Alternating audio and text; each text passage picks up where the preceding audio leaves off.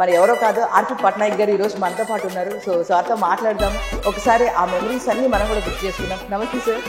నమస్తే. Flash back లో వెళ్ళొద్దు ఫస్ట్ కండిషన్. సో ఎందుకంటే మేము దాని గురించి వెయిట్ చేస్తూ ఉంటాం కాబట్టి. పాడితే చార్జ్ చేయాలి, మరి చార్జా? ఓకే, అది కమర్షియల్ అయిపోద్ది కదా. కమర్షియల్ అయిపోతుంది. ఆ టైంలో మీరు వన్ ఆఫ్ ది టాప్ కాబట్టి ఎన్ని ప్రాపర్టీస్ కొన్నారు ఆర్పి పట్నాయక్ గారు? మ్యూజిక్ దీని మీద ఎంత సంపాదించి ఉంటారు? ఇప్పుడు నా ప్రొడ్యూసర్ లిస్ట్ అంతా ఇస్తా.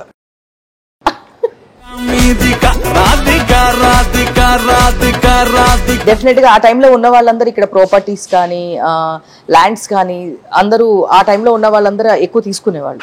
సో మీరు అప్పుడే ఉన్నారు కదా, ఎందుకు అంటే అసలు మీరు ఏమో నాకు అప్పుడు ఆ తెలివితేటలు లేవు, తీసుకోలేదు. I don't believe in all those things.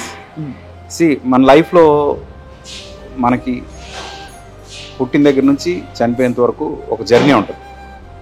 మనం వెళ్ళిపోయిన తర్వాత మన ప్రాపర్టీస్ మన గురించి మాట్లాడడం.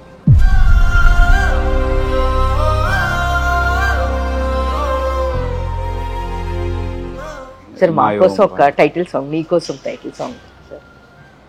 నీకోసం నీకోసం ఎప్పుడు లేని ఆలోచనలు ఇప్పుడే కలిగేను ఎందుకు నాలో.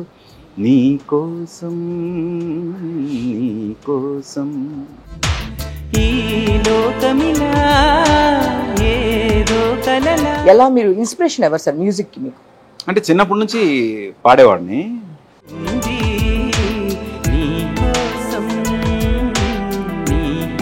సో ఆ టైంలో మీకు ఫస్ట్ ఆపర్చునిటీ అంటే ఎలా వచ్చింది? ఎలా ఫస్ట్ అసలు అప్రోచ్ అనేది ఎలా అయ్యారు సార్?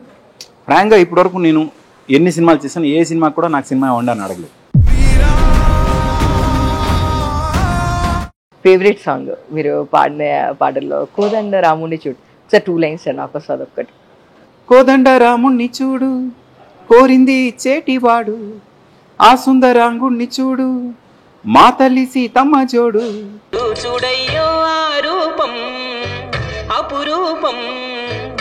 అలా మీరు అసలుకి ఆ క్యారెక్టర్ ఒప్పుకోవడానికి మీరు అలా ఉంటుందని తెలిసే ఒప్పుకున్నారా?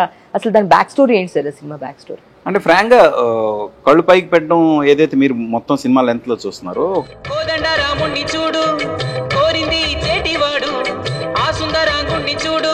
తెలియని అంటే చాలా పెయిన్ ఫీల్ భరించి ఉంటారు కదా సార్ దానికి. నాకు తెలియదు, చెప్పే కదా కష్టం అని. నాకేం పెయిన్ రాలేదు. పెయిన్ రాలేదు సీరియస్లీ? ఎస్. బట్ మాకు అలా ఒక 2 minutes ఉంచాలంటేనే అంటే నాకు పెయిన్ వచ్చిందని చెప్పి మీ దగ్గర సింపతి సంపాదించుకోవాల్సిన అవసరం నాకు లేదు. నేను అబద్ధం అండి. ఇప్పుడు మాకు ఎందుకు మీరు ఉదయ్ కిరణ్ గారి అలా కాంబినేషన్ అలా గుర్తుండిపోయింది అంటే, ఎందుకంటే ఉదయ్ చేసిన 14 సినిమాలు 9 సినిమాలు నావే కాబట్టి. Hi viewers, welcome to BRK entertainment. నేను మీ ఉమా. మామూలుగా ఇండస్ట్రీలో ఒక్కొక్కళ్ళు ఒక బెంచ్ మార్క్ సెట్ చేసి ఉంచుతారు, దాన్ని ఫాలో అవుతూ చాలా మంది వస్తారు, కొత్త వాళ్ళు వస్తారు, రకరకాలుగా వాళ్ళు ఉంటారు. బట్ ఆ బెంచ్ మార్క్ సెట్ చేసిన వాళ్ళు ఎప్పుడు అలా ఉండిపోతారు, ఐకాన్ లాగా. అలాంటి మ్యూజిక్ ఐకాన్లో ఒక మ్యూజిక్ డైరెక్టర్ ఈరోజు మనతో పాటు ఉన్నారు. మ్యూజిక్ డైరెక్టర్ అని చెప్పాలా, ఆర్టిస్ట్ అని చెప్పాలా, లిరిక్ రైటర్ అని చెప్పాలా, సో అన్నీ చేసేసారు, అన్నిట్లోనే సక్సెస్ అయ్యారు. సో అందరికీ ఇంకా 90s వాళ్ళకైతే ఎవర్ గ్రీన్ ఫేవరెట్ అనమాట. మరి ఎవరో కాదు ఆర్పి పట్నాయక్ గారు ఈరోజు మనతో పాటు ఉన్నారు. సో సార్తో మాట్లాడదాము, ఒకసారి ఆ మెమరీస్ అన్ని మనం కూడా గుర్తు చేసుకుందాం. నమస్తే సార్. నమస్తే. ఫ్లాష్ బ్యాక్ లో వెళ్ళొద్దు ఫస్ట్ కండిషన్. సో నాకు సార్ ఇవాళ ఒక టాస్క్ ఇచ్చారు, ఏంటి అంటే ఇప్పుడు వరకు నన్ను ఏ ఇంటర్వ్యూలు అడిగిన క్వశ్చన్స్ నువ్వు రిపీట్ చేయొద్దు అని. Yes yes. సో అందుకనే ఫ్లాష్ బ్యాక్ లోకి వెళ్ళాను. బట్ సాంగ్స్ మాత్రం నాకు అది పాడను అని మాత్రం అనద్దు. సో ఎందుకంటే మేము దాని గురించి వెయిట్ చేస్తూ ఉంటాం కాబట్టి. పాడితే చార్జ్ చేయాలి, మరి చార్జా? ఓకే, అది కమర్షియల్ అయిపోద్ది కదా. కమర్షియల్ అయిపోతుంది. ఒక హమ్ చేస్తే ఒక 2-3 లైన్స్ హమ్ చేస్తే కమర్షియల్ అవ్వదు సార్.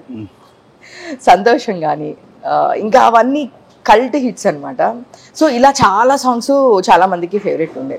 ఆర్పి పట్నాయక్ గారు మ్యూజిక్ డైరెక్టర్గా ఎంత సంపాదించారు, హైదరాబాద్లో ఎన్ని ప్రాపర్టీస్ కొన్నారు అంటే అప్పుడులో ఒక టాప్ డైరెక్టర్ అందరికీ తెలుసు.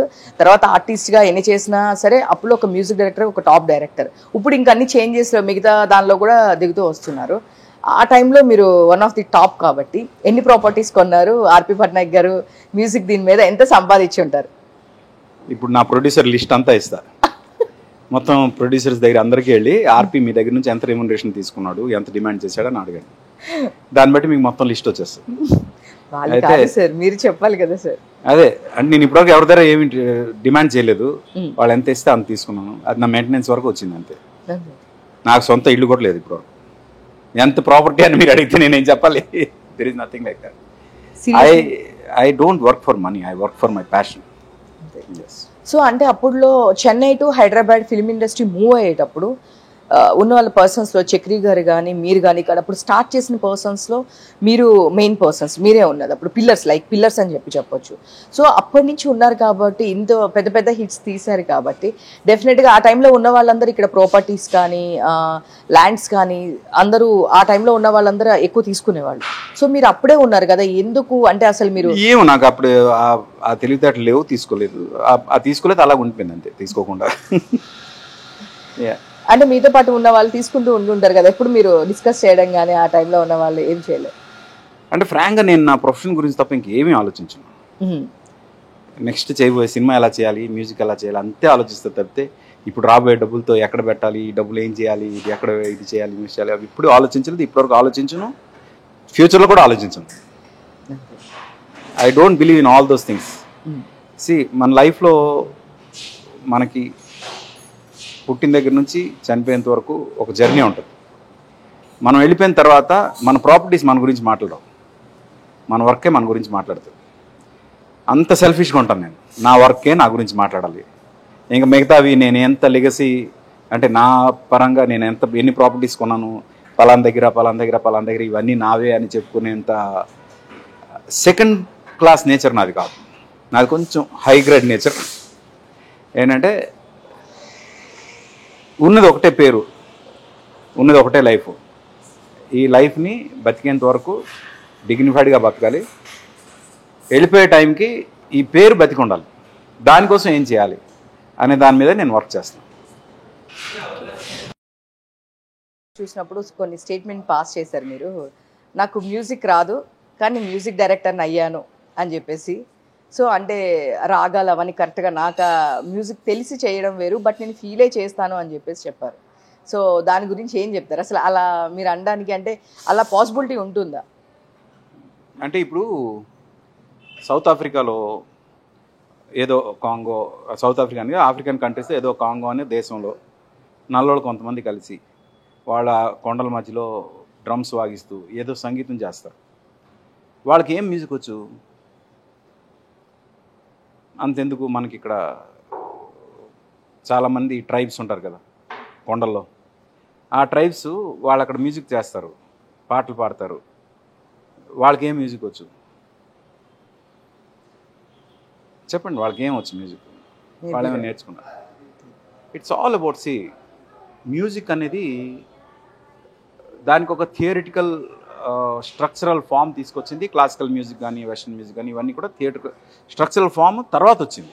కానీ అవి రాకముందే మ్యూజిక్ అనేది ఉంది. మ్యూజిక్ మనిషికి ఎప్పుడు స్టార్ట్ అయింది తెలుసా? ప్రతి మనిషి తను పుట్టక ముందే, తల్లి పరిచయం అవ్వకముందే మ్యూజిక్ పరిచయం అవుతుంది. మీకు తెలుసా ఆ విషయం? బిడ్డ బయటకు వచ్చిన తర్వాత తల్లి పరిచయం అవుద్ది, కానీ బిడ్డ బయటికి రాకముందే మ్యూజిక్ పరిచయం అవుద్ది. ఎలా అంటే ఎప్పుడైతే 8th వీక్ 9th వీక్లోనో చెవులు ఫామ్ అవుతాయి మనిషికి. చెవులు ఫామ్ అయినప్పుడు ఊంబ్లో ఉన్నప్పుడు ఆ మదర్ తాలూకా ఎమోషన్ బట్టి హార్ట్ బీట్ మారుతుంటుంది. ఆవిడ హ్యాపీగా ఉంటే ఒకలాగా హార్ట్ బీట్ ఉంటుంది, కోపంగా ఉంటే ఒకలాగా హార్ట్ బీట్ ఉంటుంది. ఆ హార్ట్ బీట్ మారే హార్ట్ బీట్ ఏదైతుందో దట్ ఈజ్ రిథమ్. ఆ రిథమ్ అనే దానికి ఆల్రెడీ ఈ బేబీ ఊంబ్లో ఉన్న బేబీ అలవాటు పడిపోతుంది. అంటే రిథమ్ అనేది బాడీకి స్కెల్టన్ లాంటిది. మ్యూజిక్ రిథమ్ అనేది బాడీకి స్కెల్టన్ అలాగో మ్యూజిక్ రిథమ్ అలాంటిది. ఆ స్కెల్టన్ అనేది ఆల్రెడీ ఈ హార్ట్ బీట్ ద్వారా ఊంబ్లోనే రిజిస్టర్ అయిపోద్ది ప్రతి బిడ్డకి. ఓకే, తర్వాత మదర్ మాట్లాడుతున్నప్పుడు పాడుతుందో మాట్లాడుతుందో ఏదో ఒకటి చేస్తుంటుంది కదా. మనకు మామూలుగా బయటకు వచ్చే మాటలు ఎలా ఉంటాయి, కానీ లోపల వైపు నుంచి సౌండ్ ఎలా వినిపిస్తుంది ఒకసారి ఊహించండి. ఈ సౌండ్ ఇలా వెళ్తుంటాయి సౌండ్ ఆ లోపల. అవి కూడా మ్యూజికల్ నోట్స్ లాగా వెళ్తాయి చెవులోకి. అంటే ఒకవైపు రిథమ్ వస్తుంది, ఒక నోట్స్ కూడా వస్తున్నాయి. రెండు కూడా ఊమ్లోనే పరిచయం అయింది ఓ బేబీకి. అవునా? పరిచయం అయినప్పుడు అంటే బయటికి రాకముందే, బయటకు వస్తేనే మదర్ పరిచయం అవుతుంది. బయటకు రాకముందే మ్యూజిక్ పరిచయం అవుతుంది. అలా పరిచయమైన మ్యూజిక్ని ప్రొఫెషన్గా తీసుకుంటే దాన్ని చిన్నప్పటి నుంచి అలవాటు చేసుకుంటూ వెళ్తే సాధన కన్నా అంటే ద సో కాల్డ్ క్లాసికల్ దీనికన్నా ఎక్కువ ఇది వస్తుంది దానిలో. అందుకే నేనంట ఇప్పుడు అడవుల్లో కొండల్లో పుట్టే మ్యూజిక్లో ఉన్న ప్యూరిటీ ఉంచండి. అది ఎందుకు వస్తుందంటే దానికి ఏం కల్మషం ఉండదు. ఇది ఈ రాగంలో కట్టాలి, ఇది ఈ తాళంలో కట్టాలని ఉండదు. ఇక్కడ ఏమనిపిస్తే అది మ్యూజిక్ ఫామ్లో వస్తుంది అంతే కదా. అంతే, దాన్ని అలా తీసుకొచ్చేదే మ్యూజిక్. అలా మ్యూజిక్ తీసుకొచ్చే ప్రాసెస్లో అలాంటి వాళ్ళు నేను ఒకడిని.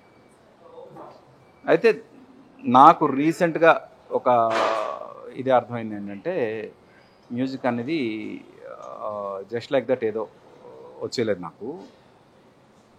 నాకు అంటే ఒక రియలైజేషన్ అంటారు ఏదో ఒక పాయింట్లో నేను ఎంత తోపు ఇది అది అని అనుకునే టైంలో అంత సీన్ లేదు నీకు అని రియలైజేషన్ ఎప్పుడు వచ్చిందంటే నాకు కరోనా వచ్చి ఓ 10 రోజులు హాస్పిటల్లో ఉన్నాను. ఆల్మోస్ట్ ఇంకా న్యూస్ వచ్చేంత పరిస్థితి వచ్చింది. అప్పుడు when I discovered myself, ఈరోజు నేను ఇక్కడ కూర్చున్నాను అంటే నా సోల్ తాలూకు ప్రీవియస్ బర్త్లో he was a very big musician. ఎక్కడో ఏదో ఒక జన్మలో ఒక చాలా పెద్ద మ్యూజిషియన్ నా సోల్. అతని తాలూకు కోరికలు నా త్రూగా తీర్చుకుంటున్నాను. అదే నాకు అర్థమైంది. సో మేబీ అది కూడా ఉండొచ్చేమో సార్. అంటే మీరు చెప్తుంటే నిజమే కదా, పుట్టక ముందు నుంచి మీరు చెప్పిన పాయింట్ నాకు చాలా కరెక్ట్ అనిపించింది. హార్ట్ బీట్ వింటూనే మనం ఫస్ట్ హార్ట్ బీట్ వింటూనే పెరుగుతూ ఉంటాం కదా. నిజమే. సో ఫస్ట్ అసలుకి మ్యూజిక్ అనేది మీరు మామూలుగా మీకు ప్యాషనా, లేదు అంటే మీ ఫ్యామిలీ మెంబర్స్లో ఎవరైనా ఉన్నారా? ఎలా మీరు ఇన్స్పిరేషన్ ఎవరు సార్ మ్యూజిక్కి మీకు? అంటే చిన్నప్పటి నుంచి పాడేవాడిని. నేను జైపూర్ అని ఒరిస్సాలో ఒక ఊరు ఉంది. అంటే మా ఫాదర్ ఒరిజినల్గా పార్వతీపురం, విజయనగరం జిల్లా, ఇప్పుడు మన్యం జిల్లా అంటారు కదా. ఆయన ఉద్యోగం కోసం జైపూర్ అనే ఊరికి వస్తే అక్కడే పెళ్ళయింది, అక్కడ మేము పుట్టాము. ఆ జైపూర్లో పుట్టి పెరిగినప్పుడు స్కూల్స్లో కాంపిటీషన్స్లో పాడటం, అలాగే ఆ ఊర్లో ఒక రేడియో స్టేషన్ ఉంది, ఆ రేడియో స్టేషన్లో పాడటం, స్కూల్ తరపున వెళ్ళి ఇవన్నీ ఉండేది. అందుకు మ్యూజిక్కి చిన్నప్పటి నుంచి ఎక్స్పోజర్ ఉందన్న. అలాగా మ్యూజిక్ మీద ప్యాషను. శంకరాభరణం సినిమా రిలీజ్ అయ్యే టైంకి ఐ వాజ్ ఎగ్జాక్ట్లీ మ్యూజిక్కి రెడీ అవుతున్న మనిషిని అనమాట. ఇంకా that movie has changed my life. So అట్లా ఫస్ట్ ఆపర్చునిటీ మీకు ఎవరు ఇచ్చారు సార్? అంటే ఆడిషన్ త్రూ ఏమన్నా, అంటే అప్పుడులో ఆడిషన్స్ ఉండేయా? అంటే నాకు తెలియదు. అంటే ఇప్పుడు జనరల్గా అంటే చాలా రియాలిటీ షోస్ అనో, ఆడిషన్స్ అనో, ఇంకొకటనో, ప్రైవేట్ సాంగ్స్ పాడుతుంటే వాళ్ళకి నచ్చి పిలిచి ఇట్లా ఆపర్చునిటీ ఇవ్వడం ఇలాంటివి ఉండేది. సో ఆ టైంలో మీకు ఫస్ట్ ఆపర్చునిటీ అంటే ఎలా వచ్చింది? ఎలా ఫస్ట్ అసలు అప్రోచ్ అనేది ఎలా అయ్యారు సార్? ఫ్రాంక్గా ఇప్పటివరకు నేను ఎన్ని సినిమాలు చేశాను, ఏ సినిమా కూడా నాకు సినిమా వండని అడగలేదు. ఫస్ట్ సినిమా నుంచి. అది ఎలా అంటే మాది ట్రైలక్ బ్యాచ్ అని ఒకటి ఉండేది. మేము అందరం కలిసేవాళ్ళం ఫ్రెండ్స్. చంద్ర సిద్ధార్థ్ అని పంజాగుట్లో ఒక కాఫీ షాప్ ఉండేది, ట్రైలక్ అనే కాఫీ షాప్. అక్కడ చంద్ర సిద్ధార్థ్ ఆ నలుగురు డైరెక్టర్ ఉన్నారు కదా, ఆయన్ని కలవడానికి మేమంతా వెళ్ళేవాళ్ళం. నేను, త్రివిక్రమ్, సునీల్ రూమ్మేట్స్. మేమందరం బ్యాచిలర్స్గా ఉన్నప్పుడు అందరం కలిసేవాళ్ళం, అక్కడ గ్యాదర్ అయ్యేవాళ్ళం. మాది పెద్ద బ్యాచ్. అయితే ఆ ప్రాసెస్లో మ్యూజిక్ అనేది బై డిఫాల్ట్ అంటే నేను చేస్తానని అందరికీ తెలుసు, నేను మ్యూజిక్ కోసం ట్రై చేస్తానని అందరికీ తెలుసు. ఎవరికి వెళ్ళి నేను చేస్తాను అని అడగలేదు. ఆ టైంలో ఒక ప్రైవేట్ ఆల్బమ్ రిలీజ్ అయితే ఆ ఆల్బమ్ రిలీజ్కి వెళ్ళినప్పుడు అక్కడ ఒక 2 photographers, focal point Srinivasu, Anjibabu అని, వాళ్ళిద్దరూ కలిసి ఒక ఆల్బమ్ చేయాలి అని నన్ను అడిగారు. చేస్తావా ఒక ఆల్బమ్ చేద్దామని. డన్ అన్న. అలా ఆనందం అనే ప్రైవేట్ ఆల్బమ్తో వి స్టార్టెడ్ అనమాట. చందు గారు అప్పుడు ఒక సినిమా ప్లాన్ చేస్తే ఆ సినిమాకి ఆయన వేరే మ్యూజిక్ డైరెక్టర్ గురించి కూడా ఎప్పుడు ఆలోచించలేదు. ఎందుకంటే నేను ఆ కాంపౌండ్లో ఒక మనిషిని కాబట్టి బై డిఫాల్ట్ నేను ఆ సినిమాకి మ్యూజిక్ డైరెక్టర్. అయితే ఆ సినిమా ఆగిపోయింది. ఆగిపోయిన తర్వాత ఆ పాటలతోటి అందులో రికార్డ్ చేసిన 3 పాటలను వాడి నీకోసం సినిమా చేశారు. నీకోసం సినిమా చేస్తున్నప్పుడు ఆ పాటలు షూట్ అవుతున్నప్పుడు కూడా నా పాటలు వాడుతున్నారని నాకు తెలియదు. సీరియస్లీ? షూటింగ్ అయ్యి వచ్చిన తర్వాత నాకు ఫోన్ చేసి నీ పాటలు వాడాము, చాలా బాగున్నాయి, అండ్ నువ్వే ఈ సినిమాకి మ్యూజిక్ డైరెక్టర్వి, ఈ సినిమా పేరు నీకోసం అన్నప్పుడు అప్పుడు నీకోసం టైటిల్ సాంగ్ చేశారు ఆ సినిమాకి. అక్కడ నుంచి స్టార్ట్ అయింది. ఈవెన్ ఏదో సందర్భంలో ఓ ఫ్రెండ్ తోటి తేజ గారి దగ్గరికి వెళ్ళినప్పుడు తేజ గారు నన్ను మాటల్లోని ఏం చేస్తుంటారు మీరు అంటే నేను ఇలా మ్యూజిక్ ప్రయత్నం చేస్తానని అన్న తప్పితే ఆయన దగ్గరికి వెళ్ళి నాకు మ్యూజిక్ ఇవ్వండి నేను అడగలేదు. తర్వాత వచ్చేసాను నేను. వచ్చేసిన తర్వాత చాలా రోజులకి ఆయనే పిలిపించారు, ఆ అబ్బాయి నాకు నచ్చాడు నాకు కావాలి అని.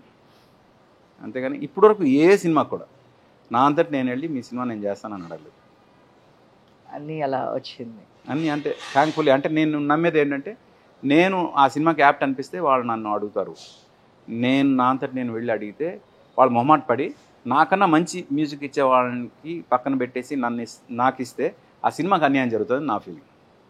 So very honest. అంటే చాలా తక్కువ మంది ఉంటారు ఇలాగా, అంటే మనకి ఆపర్చునిటీ రావాలి అని చెప్పి చూస్తారు తప్ప ఆ సాంగ్కి నేను సూట్ అవుతానా లేదా అనేది తర్వాత first end of the day మనం అక్కడ సస్టైన్ అవ్వాలనే అనుకుంటారు ఎవరైనా. సో నా తర్వాత అనే చెప్పి ఎవరైనా ఒక చిన్న సెల్ఫిష్నెస్ ఉంటుంది, బట్ మీలా చాలా తక్కువ. అది కూడా ఎప్పుడు అంటే ఒక స్టేజ్కి వచ్చిన తర్వాత ఆలోచించడం అనేది నథింగ్. వాళ్ళు ఆల్రెడీ అప్పటికి ప్రూవ్డ్ అయిపోయి ఉంటారు కాబట్టి సో దీనికి నీకన్నా ఇంకొకళ్ళు బాగుంటారేమో అని ఆలోచించడం వేరు. But is beginning stage, career బిగినింగ్లో కూడా అలా ఆలోచించడం అనేది, అందుకే ఇలా ఒక డిఫరెంట్గా మీరు ఉండిపోయారు. మేబీ చెప్పాలంటే మాకు అలా ఒక ఐకాన్ లాగా ఉన్నారు. సో నీ కోసంలో మీరు అప్పుడు పాడిన సాంగ్ ఏంటి సార్? అప్పుడు 3 songs తీసుకున్నారన్నారు కదా, ఏ సాంగ్స్? ఫస్ట్ మీ పర్మిషన్ లేకోకుండా, పర్మిషన్ లేకుండా ఏం లేదు, అంటే మా టీంలోనే మెంబర్స్, అదే one of the your member కాబట్టి సో ఫస్ట్ తీసుకున్న తర్వాత అడిగారు ఇలా అవునంటూ కాదంటూ ఆ సినిమా పేరు. ఆ సినిమా పేరులో ఆ సినిమాలోంచి రికార్డ్ చేసిన 6 పాటల్లో 3 పాటలు వాళ్ళు తీసుకుని షూట్ చేశారు. ఒకటి ఐ టు లవ్ యూ అంటూ బదులే చెప్పమంటూ పాట ఉంది కదా, అది అలా ఏవో ఉన్నాయి 3 పాటలు. సార్ మా కోసం ఒక టైటిల్ సాంగ్, నీకోసం టైటిల్ సాంగ్. నీకోసం నీకోసం ఎప్పుడు లేని ఆలోచనలు ఇప్పుడే కలిగేను ఎందుకు నాలో, నీకోసం నీకోసం ఈ లోకమిలా ఏదో కలలా నాకంతా కొత్తగా వింతగా కనిపిస్తుంది, నీకోసం నీకోసం. Super super. సో దీంతో పాటు డివోషనల్ సైడ్ కూడా నాకు కోదండ రాముణ్ణి చూడు అనేది నా ఫేవరెట్ సాంగ్. మీరు పాడిన పాటల్లో కోదండ రాముణ్ణి చూడు సార్ 2 lines సార్ నాకు వస్తుంది ఒక్కటి. శ్రీను వాసంతి లక్ష్మి సింగ్. ఎస్. కోదండ రాముణ్ణి చూడు కోరింది ఇచ్చేటివాడు, ఆ సుందరాంగుణ్ణి చూడు మా తల్లి సీతమ్మ జోడు, అందాలన్నీ చూడ కళ్ళు చాలకుంటే నా మనసుతో చూడు, చూడయ్యో ఆ రూపం అపురూపం నిలపాలో ఈ గుండె లోపల, ఆ దైవం మన కోసం వెలిసాడో నేలపైలా. Super super sir. సో అప్పటి వరకు ఒక మ్యూజిక్ డైరెక్టర్గా మా అందరికీ తెలుసు, దానిలో యాక్టర్గా కూడా మీరు చేశారు. అంటే ఫస్ట్ ఆఫ్ ఆల్ అంటే యాక్టింగ్ అనేది ఆల్రెడీ మీరు ఇండస్ట్రీలో ఉన్నారు కాబట్టి ఈజీ, కానీ అంతసేపు ఐస్ అనేది అలా ఉంచడం మీకు ప్రాబ్లం అవ్వలేదు సార్? నాకు ఎప్పుడు ఉండే డౌట్ మిమ్మల్ని, నేను చాలాసార్లు ప్రతి ఈవెంట్లో కలుస్తుంటాను మాట్లాడుతుంటాను, కానీ ఈ క్వశ్చన్ ఎప్పుడు నాకు అడగడానికి ఛాన్స్ రాలి, అంటే అక్కడ ఉన్న సిచ్యువేషన్కి అది కరెక్ట్ కాదనిపించింది. బట్ ఈరోజు నాకు టైం దొరికింది కాబట్టి నేను చూసినప్పుడల్లా అనుకుంటూ ఉంటాను. అండ్ నన్ను కూడా చాలామంది అడిగారు ఈ క్వశ్చన్. అంతసేపు అలా ఐస్ ఒక 2 minutes ఇట్లా పెట్టుకోవడానికి చాలా పెయిన్ఫుల్గా ఉంటుంది. సో త్రూ అవుట్ సినిమా అది అలా మీరు అసలుకి ఆ క్యారెక్టర్ ఒప్పుకోవడానికి మీరు అలా ఉంటుందని తెలిసే ఒప్పుకున్నారా? అసలు దాని బ్యాక్ స్టోరీ ఏంటి సార్? సినిమా బ్యాక్ స్టోరీ అంటే ఫ్రాంక్గా కళ్ళు పైకి పెట్టడం ఏదైతే మీరు మొత్తం సినిమా లెంత్లో చూస్తున్నారో, ఒక షార్ట్ బిగినింగ్ షార్ట్ ఎండ్ అంతవరకే పెట్టేది. ఆ తర్వాత నార్మలే కదా, షార్ట్ ఎప్పుడు టేక్ ఆన్ అవుద్దో టేక్ కట్ అవుద్దో అక్కడ వరకు అంతే చెప్పేది, అది ఎక్కువసేపు కాదు. నేను పెనుగొండలో ఒక యూత్ ఫెస్టివల్లో మొత్తం 32 నిమిషాలు ఉన్నాను అలా నాన్ స్టాప్. ఒక బ్లైండ్ క్యారెక్టరు సినిమా బిగిన్ అయ్యి, అంటే ఆ నాటకం బిగిన్ అయిన దగ్గర నుంచి మేము క్యాంపస్లో ఉన్న డేస్లో అన్నమాట, యూత్ ఫెస్టివల్లో బిగిన్ అయిన దగ్గర నుంచి ఎండ్లో అతను చనిపోయే క్యారెక్టర్ చనిపోదు అప్పటి వరకు కూడా కళ్ళు అలాగే పెట్టుకుని ఉన్నాను నేను 32 minutes. అది కష్టం అని నాకు తెలియక చేస్తాను అంతే. తెలియక అంటే చాలా పెయిన్ ఫీల్ భరించి ఉంటారు కదా సార్? నాకు తెలియదు, చెప్పే కదా కష్టం అని. నాకేం పెయిన్ రాలేదు సీరియస్లీ. ఎస్. బట్ మాకు అలా ఒక 2 minutes ఉంచాలంటేనే అంటే నాకు పెయిన్ వచ్చిందని చెప్పి మీ దగ్గర సింపతి సంపాదించుకోవాల్సిన అవసరం నాకు లేదు, నేను అబద్ధం అండి. సింపతి అని కాదు సార్, అంటే అట్లా పెట్టడం డెఫినెట్గా టఫ్ కదా అని చెప్పి అంటున్నా. అంత అంటే మిగతా వాళ్ళకి టఫ్ అయి ఉండొచ్చు, నాకు కాదు. మీకు కాదు. సో క్యారెక్టర్ కోసం చేశారు మీరు. అంతే, నేను చేయగలను కాబట్టి చేశాను. నేను చేయలేను, మీరు చేయమన్నా చేయను. ఇప్పుడు నాకు డాన్స్ చేయమని 2 కోట్లు ఇస్తానని నేను చేయలేను, ఎందుకంటే నాకు రాదు అది. మధ్యలో ఇలా జరుగుతున్న మన యాక్టర్గా చేశారు, డైరెక్షన్గా, ఇట్లా బ్రోకర్ అని చెప్పేసి మధ్యలో ఒకటి వచ్చింది. అంటే ఎలా అయితే మధ్యలో ఇలా తీసుకుంటారు, డబ్బులు తీసుకుంటారు, అది చాలా జనాలకి చాలా దగ్గరగా ఉన్న క్యారెక్టర్ అది. సో దానికి చాలా అప్లాస్ కూడా వచ్చింది. సో ఆ క్యారెక్టర్కి మీ ఇన్స్పిరేషన్ ఏంటి? ఎట్లయినా బయట క్యారెక్టర్స్ చూసారా, అలాంటివి ఎందుకు తీసుకున్నారు సార్? ఎస్ చాలా చూసా. మెయిన్ ఏంటంటే కరప్షన్ మీద సినిమా చేయాలని ఎప్పటి నుంచో ఉండేది. బట్ ఒక టైటిల్ నన్ను బాగా ఇన్స్పైర్ చేసింది, పవర్ బ్రోకర్ అనే టైటిల్. అంటే ఎవరో ఫోన్లో మాట్లాడుతుంటే పవర్ బ్రోకర్ అని వినగానే ఇదేదో బాగుంది ఈ టైటిల్తో, అసలు ఆ బ్రోకర్ అనేవాడే ప్రొటగనిస్ట్ అయితే ఎలా ఉంటుంది అని ఆ థాట్లోంచే వెంటనే కథ ఆలోచించా. ఒక పావు గంటలో వచ్చేసింది కథ ఆ టైటిల్ రాగానే. అండ్ నాకు అప్పటివరకు ఏంటంటే కరప్షన్ అంటే ఒక ఠాగూర్ లాంటివాడు, అపరిచిత్ లాంటివాడు వచ్చి జనాన్ని భయపెడతాడు, కొడతాడు, చంపుతాడు, అప్పుడు కానీ జనాలు మారరు అని చెప్తే, అది కాదు కదా, అలాంటి వాళ్ళు రారు అయితే మారరా అనే ఒక థాట్లోంచి వచ్చిన ఇది, అది కాన్సెప్ట్. అది కర్మ ఆల్వేస్ పేస్ యూ బ్యాక్. మనం చేసే మంచి కర్మకి మంచి వస్తుంది, చెడు కర్మకి చెడు వస్తుంది అనేది ఏదైతే ఉందో దాన్ని బేస్ చేసుకుని ఒక కథ చేయాలి అనిపించింది. ఇప్పుడు బ్రోకర్స్ అందరూ వాళ్ళ బాధ్యతగా వాళ్ళ పని వాళ్ళు చేసుకుంటున్నారు అనుకుంటున్నారు, కానీ దాని రిపర్కషన్స్ వల్ల కర్మ ఏదైతే ఉందో దాని ఎఫెక్ట్ వీళ్ళ మీద పడితే వాళ్ళ లైఫ్ ఎలా ఉంటుంది అనేది చెప్పే ప్రయత్నం చేశారు. అది కరప్షన్ చేసే ప్రతి ఒక్కరికి ఉంటుంది అది, ఆ కర్మ అనేది. అది ట్యాప్ చేసే ప్రయత్నం చేశాను. ప్రతి ఒక్క మనిషిలో నువ్వు చేస్తున్న కర్మ నీకు రేపు ఎలాగా పేబ్యాక్, అంటే మళ్ళీ తిరిగి ఎలా వస్తుంది, అది జాగ్రత్తగా గమనించు అని చెప్పే ప్రయత్నం చేశాను. అది బ్రోకర్. ఓకే. సో మీరు చాలా ఫేజెస్ చేశారు, అంటే ఒక డైరెక్టర్గా, ఐ మీన్ మ్యూజిక్ డైరెక్టర్గా, ఇట్లా చాలా చేశారు కదా. మీరు మోర్ సాటిస్ఫాక్షన్, అంటే నాకు దీనిలో చాలా సాటిస్ఫాక్షన్ ఉంది, ఐఎమ్ ఎంజాయింగ్ దిస్ ఇది అని చెప్పి అనేది ఏమనుకుంటారు? అంటే మ్యూజిక్ చేయడం ఇష్టమా, యాక్టింగ్ చేయడం ఇష్టమా, దేంట్లో ఎక్కువ ఎంజాయ్ చేస్తారు సార్? అంటే ఇట్ ఆల్ డిపెండ్స్. అంటే ఎలా ఉంటుందంటే అంటే I want to put it in a right way. ఇప్పుడు దేవుడి గుడికి వెళ్ళినప్పుడు పూజ చేయడం ఇష్టం, సినిమాకి వెళ్ళినప్పుడు ఎంటర్టైన్ అవ్వడం ఇష్టం. అలాగా మనం ఉన్న ఫేజ్ బట్టి మనం ఏది ఇష్టపడతాం అని దాన్ని ఇది మారుతుంది. నేను స్టేజ్ ఎక్కి పాడుతున్నాను అనుకోండి, ఆ టైంలో నేను పాడడం చాలా ఇష్టపడతాను. ఎంత ఇష్టపడతానంటే ఇంకా ఆ పాటలోనే ఉంటాను నేను. అదే ఇప్పుడు మ్యూజిక్ చేస్తాను, మ్యూజిక్ కంపోజింగ్ అనేది నాకు అసలు ఏమాత్రం కష్టపడకుండా చేసే పని ఏదైతే ఉంటే మ్యూజిక్ కంపోజింగ్. మీరు ఇలా సిచ్యువేషన్ చెప్తే వెంటనే ఒక సెకండ్ కూడా టైం తీసుకోకుండా నేను వెంటనే ట్యూన్ చెప్పేస్తాను. దానికోసం నేను ఎక్కువ ఆలోచించాల్సిన అవసరం కూడా రాదు. నేను ఒక డీకోడ్ మెషిన్ లాగా పనిచేస్తాను అంతే. అండ్ ఇక్కడ నుంచి వస్తుంది కాబట్టి ఇక్కడ నుంచి కరెక్ట్ అయిందే వస్తుందని నేను నమ్ముతాను. అది మనసులోంచి వచ్చేది అన్ని మనసులకి చేరుతుంది అని నమ్మే మనిషిని కాబట్టి అది వెంటనే నా మనసుకి అది అర్థమైతే ఆ మనసు వెంటనే మ్యూజిక్ ఫామ్లో డీకోడ్ చేసి ఇచ్చేస్తుంది. ఆ టైంలో అది ఎంజాయ్ చేస్తాను. బట్ ఓవరాల్గా డైరెక్షన్ అనేది ఎందుకు ఇష్టం అంటే he is the boss of all the departments. తను అన్ని డిపార్ట్మెంట్స్ని ఓవరాల్గా ఒక నాలెడ్జ్ తోటి, ఐడియా తోటి ప్రతి డిపార్ట్మెంట్ని తన కన్సైన్లో కంట్రోల్ చేస్తూ చేయగలిగే పని అది. అందుకు అదంటే నాకు ఇష్టం. నేను being a boss. Okay. Direction అండి. ఓకే, నెక్స్ట్ కూడా మళ్ళీ మేము డైరెక్షన్లో ఇంకేమైనా మూవీస్ ఎప్పుడు చూడొచ్చు? నేను రెడీగా ఉన్నా. I'm just waiting for a right producer. Okay. 50 కథలు ఉన్నాయి. 50 కథలు?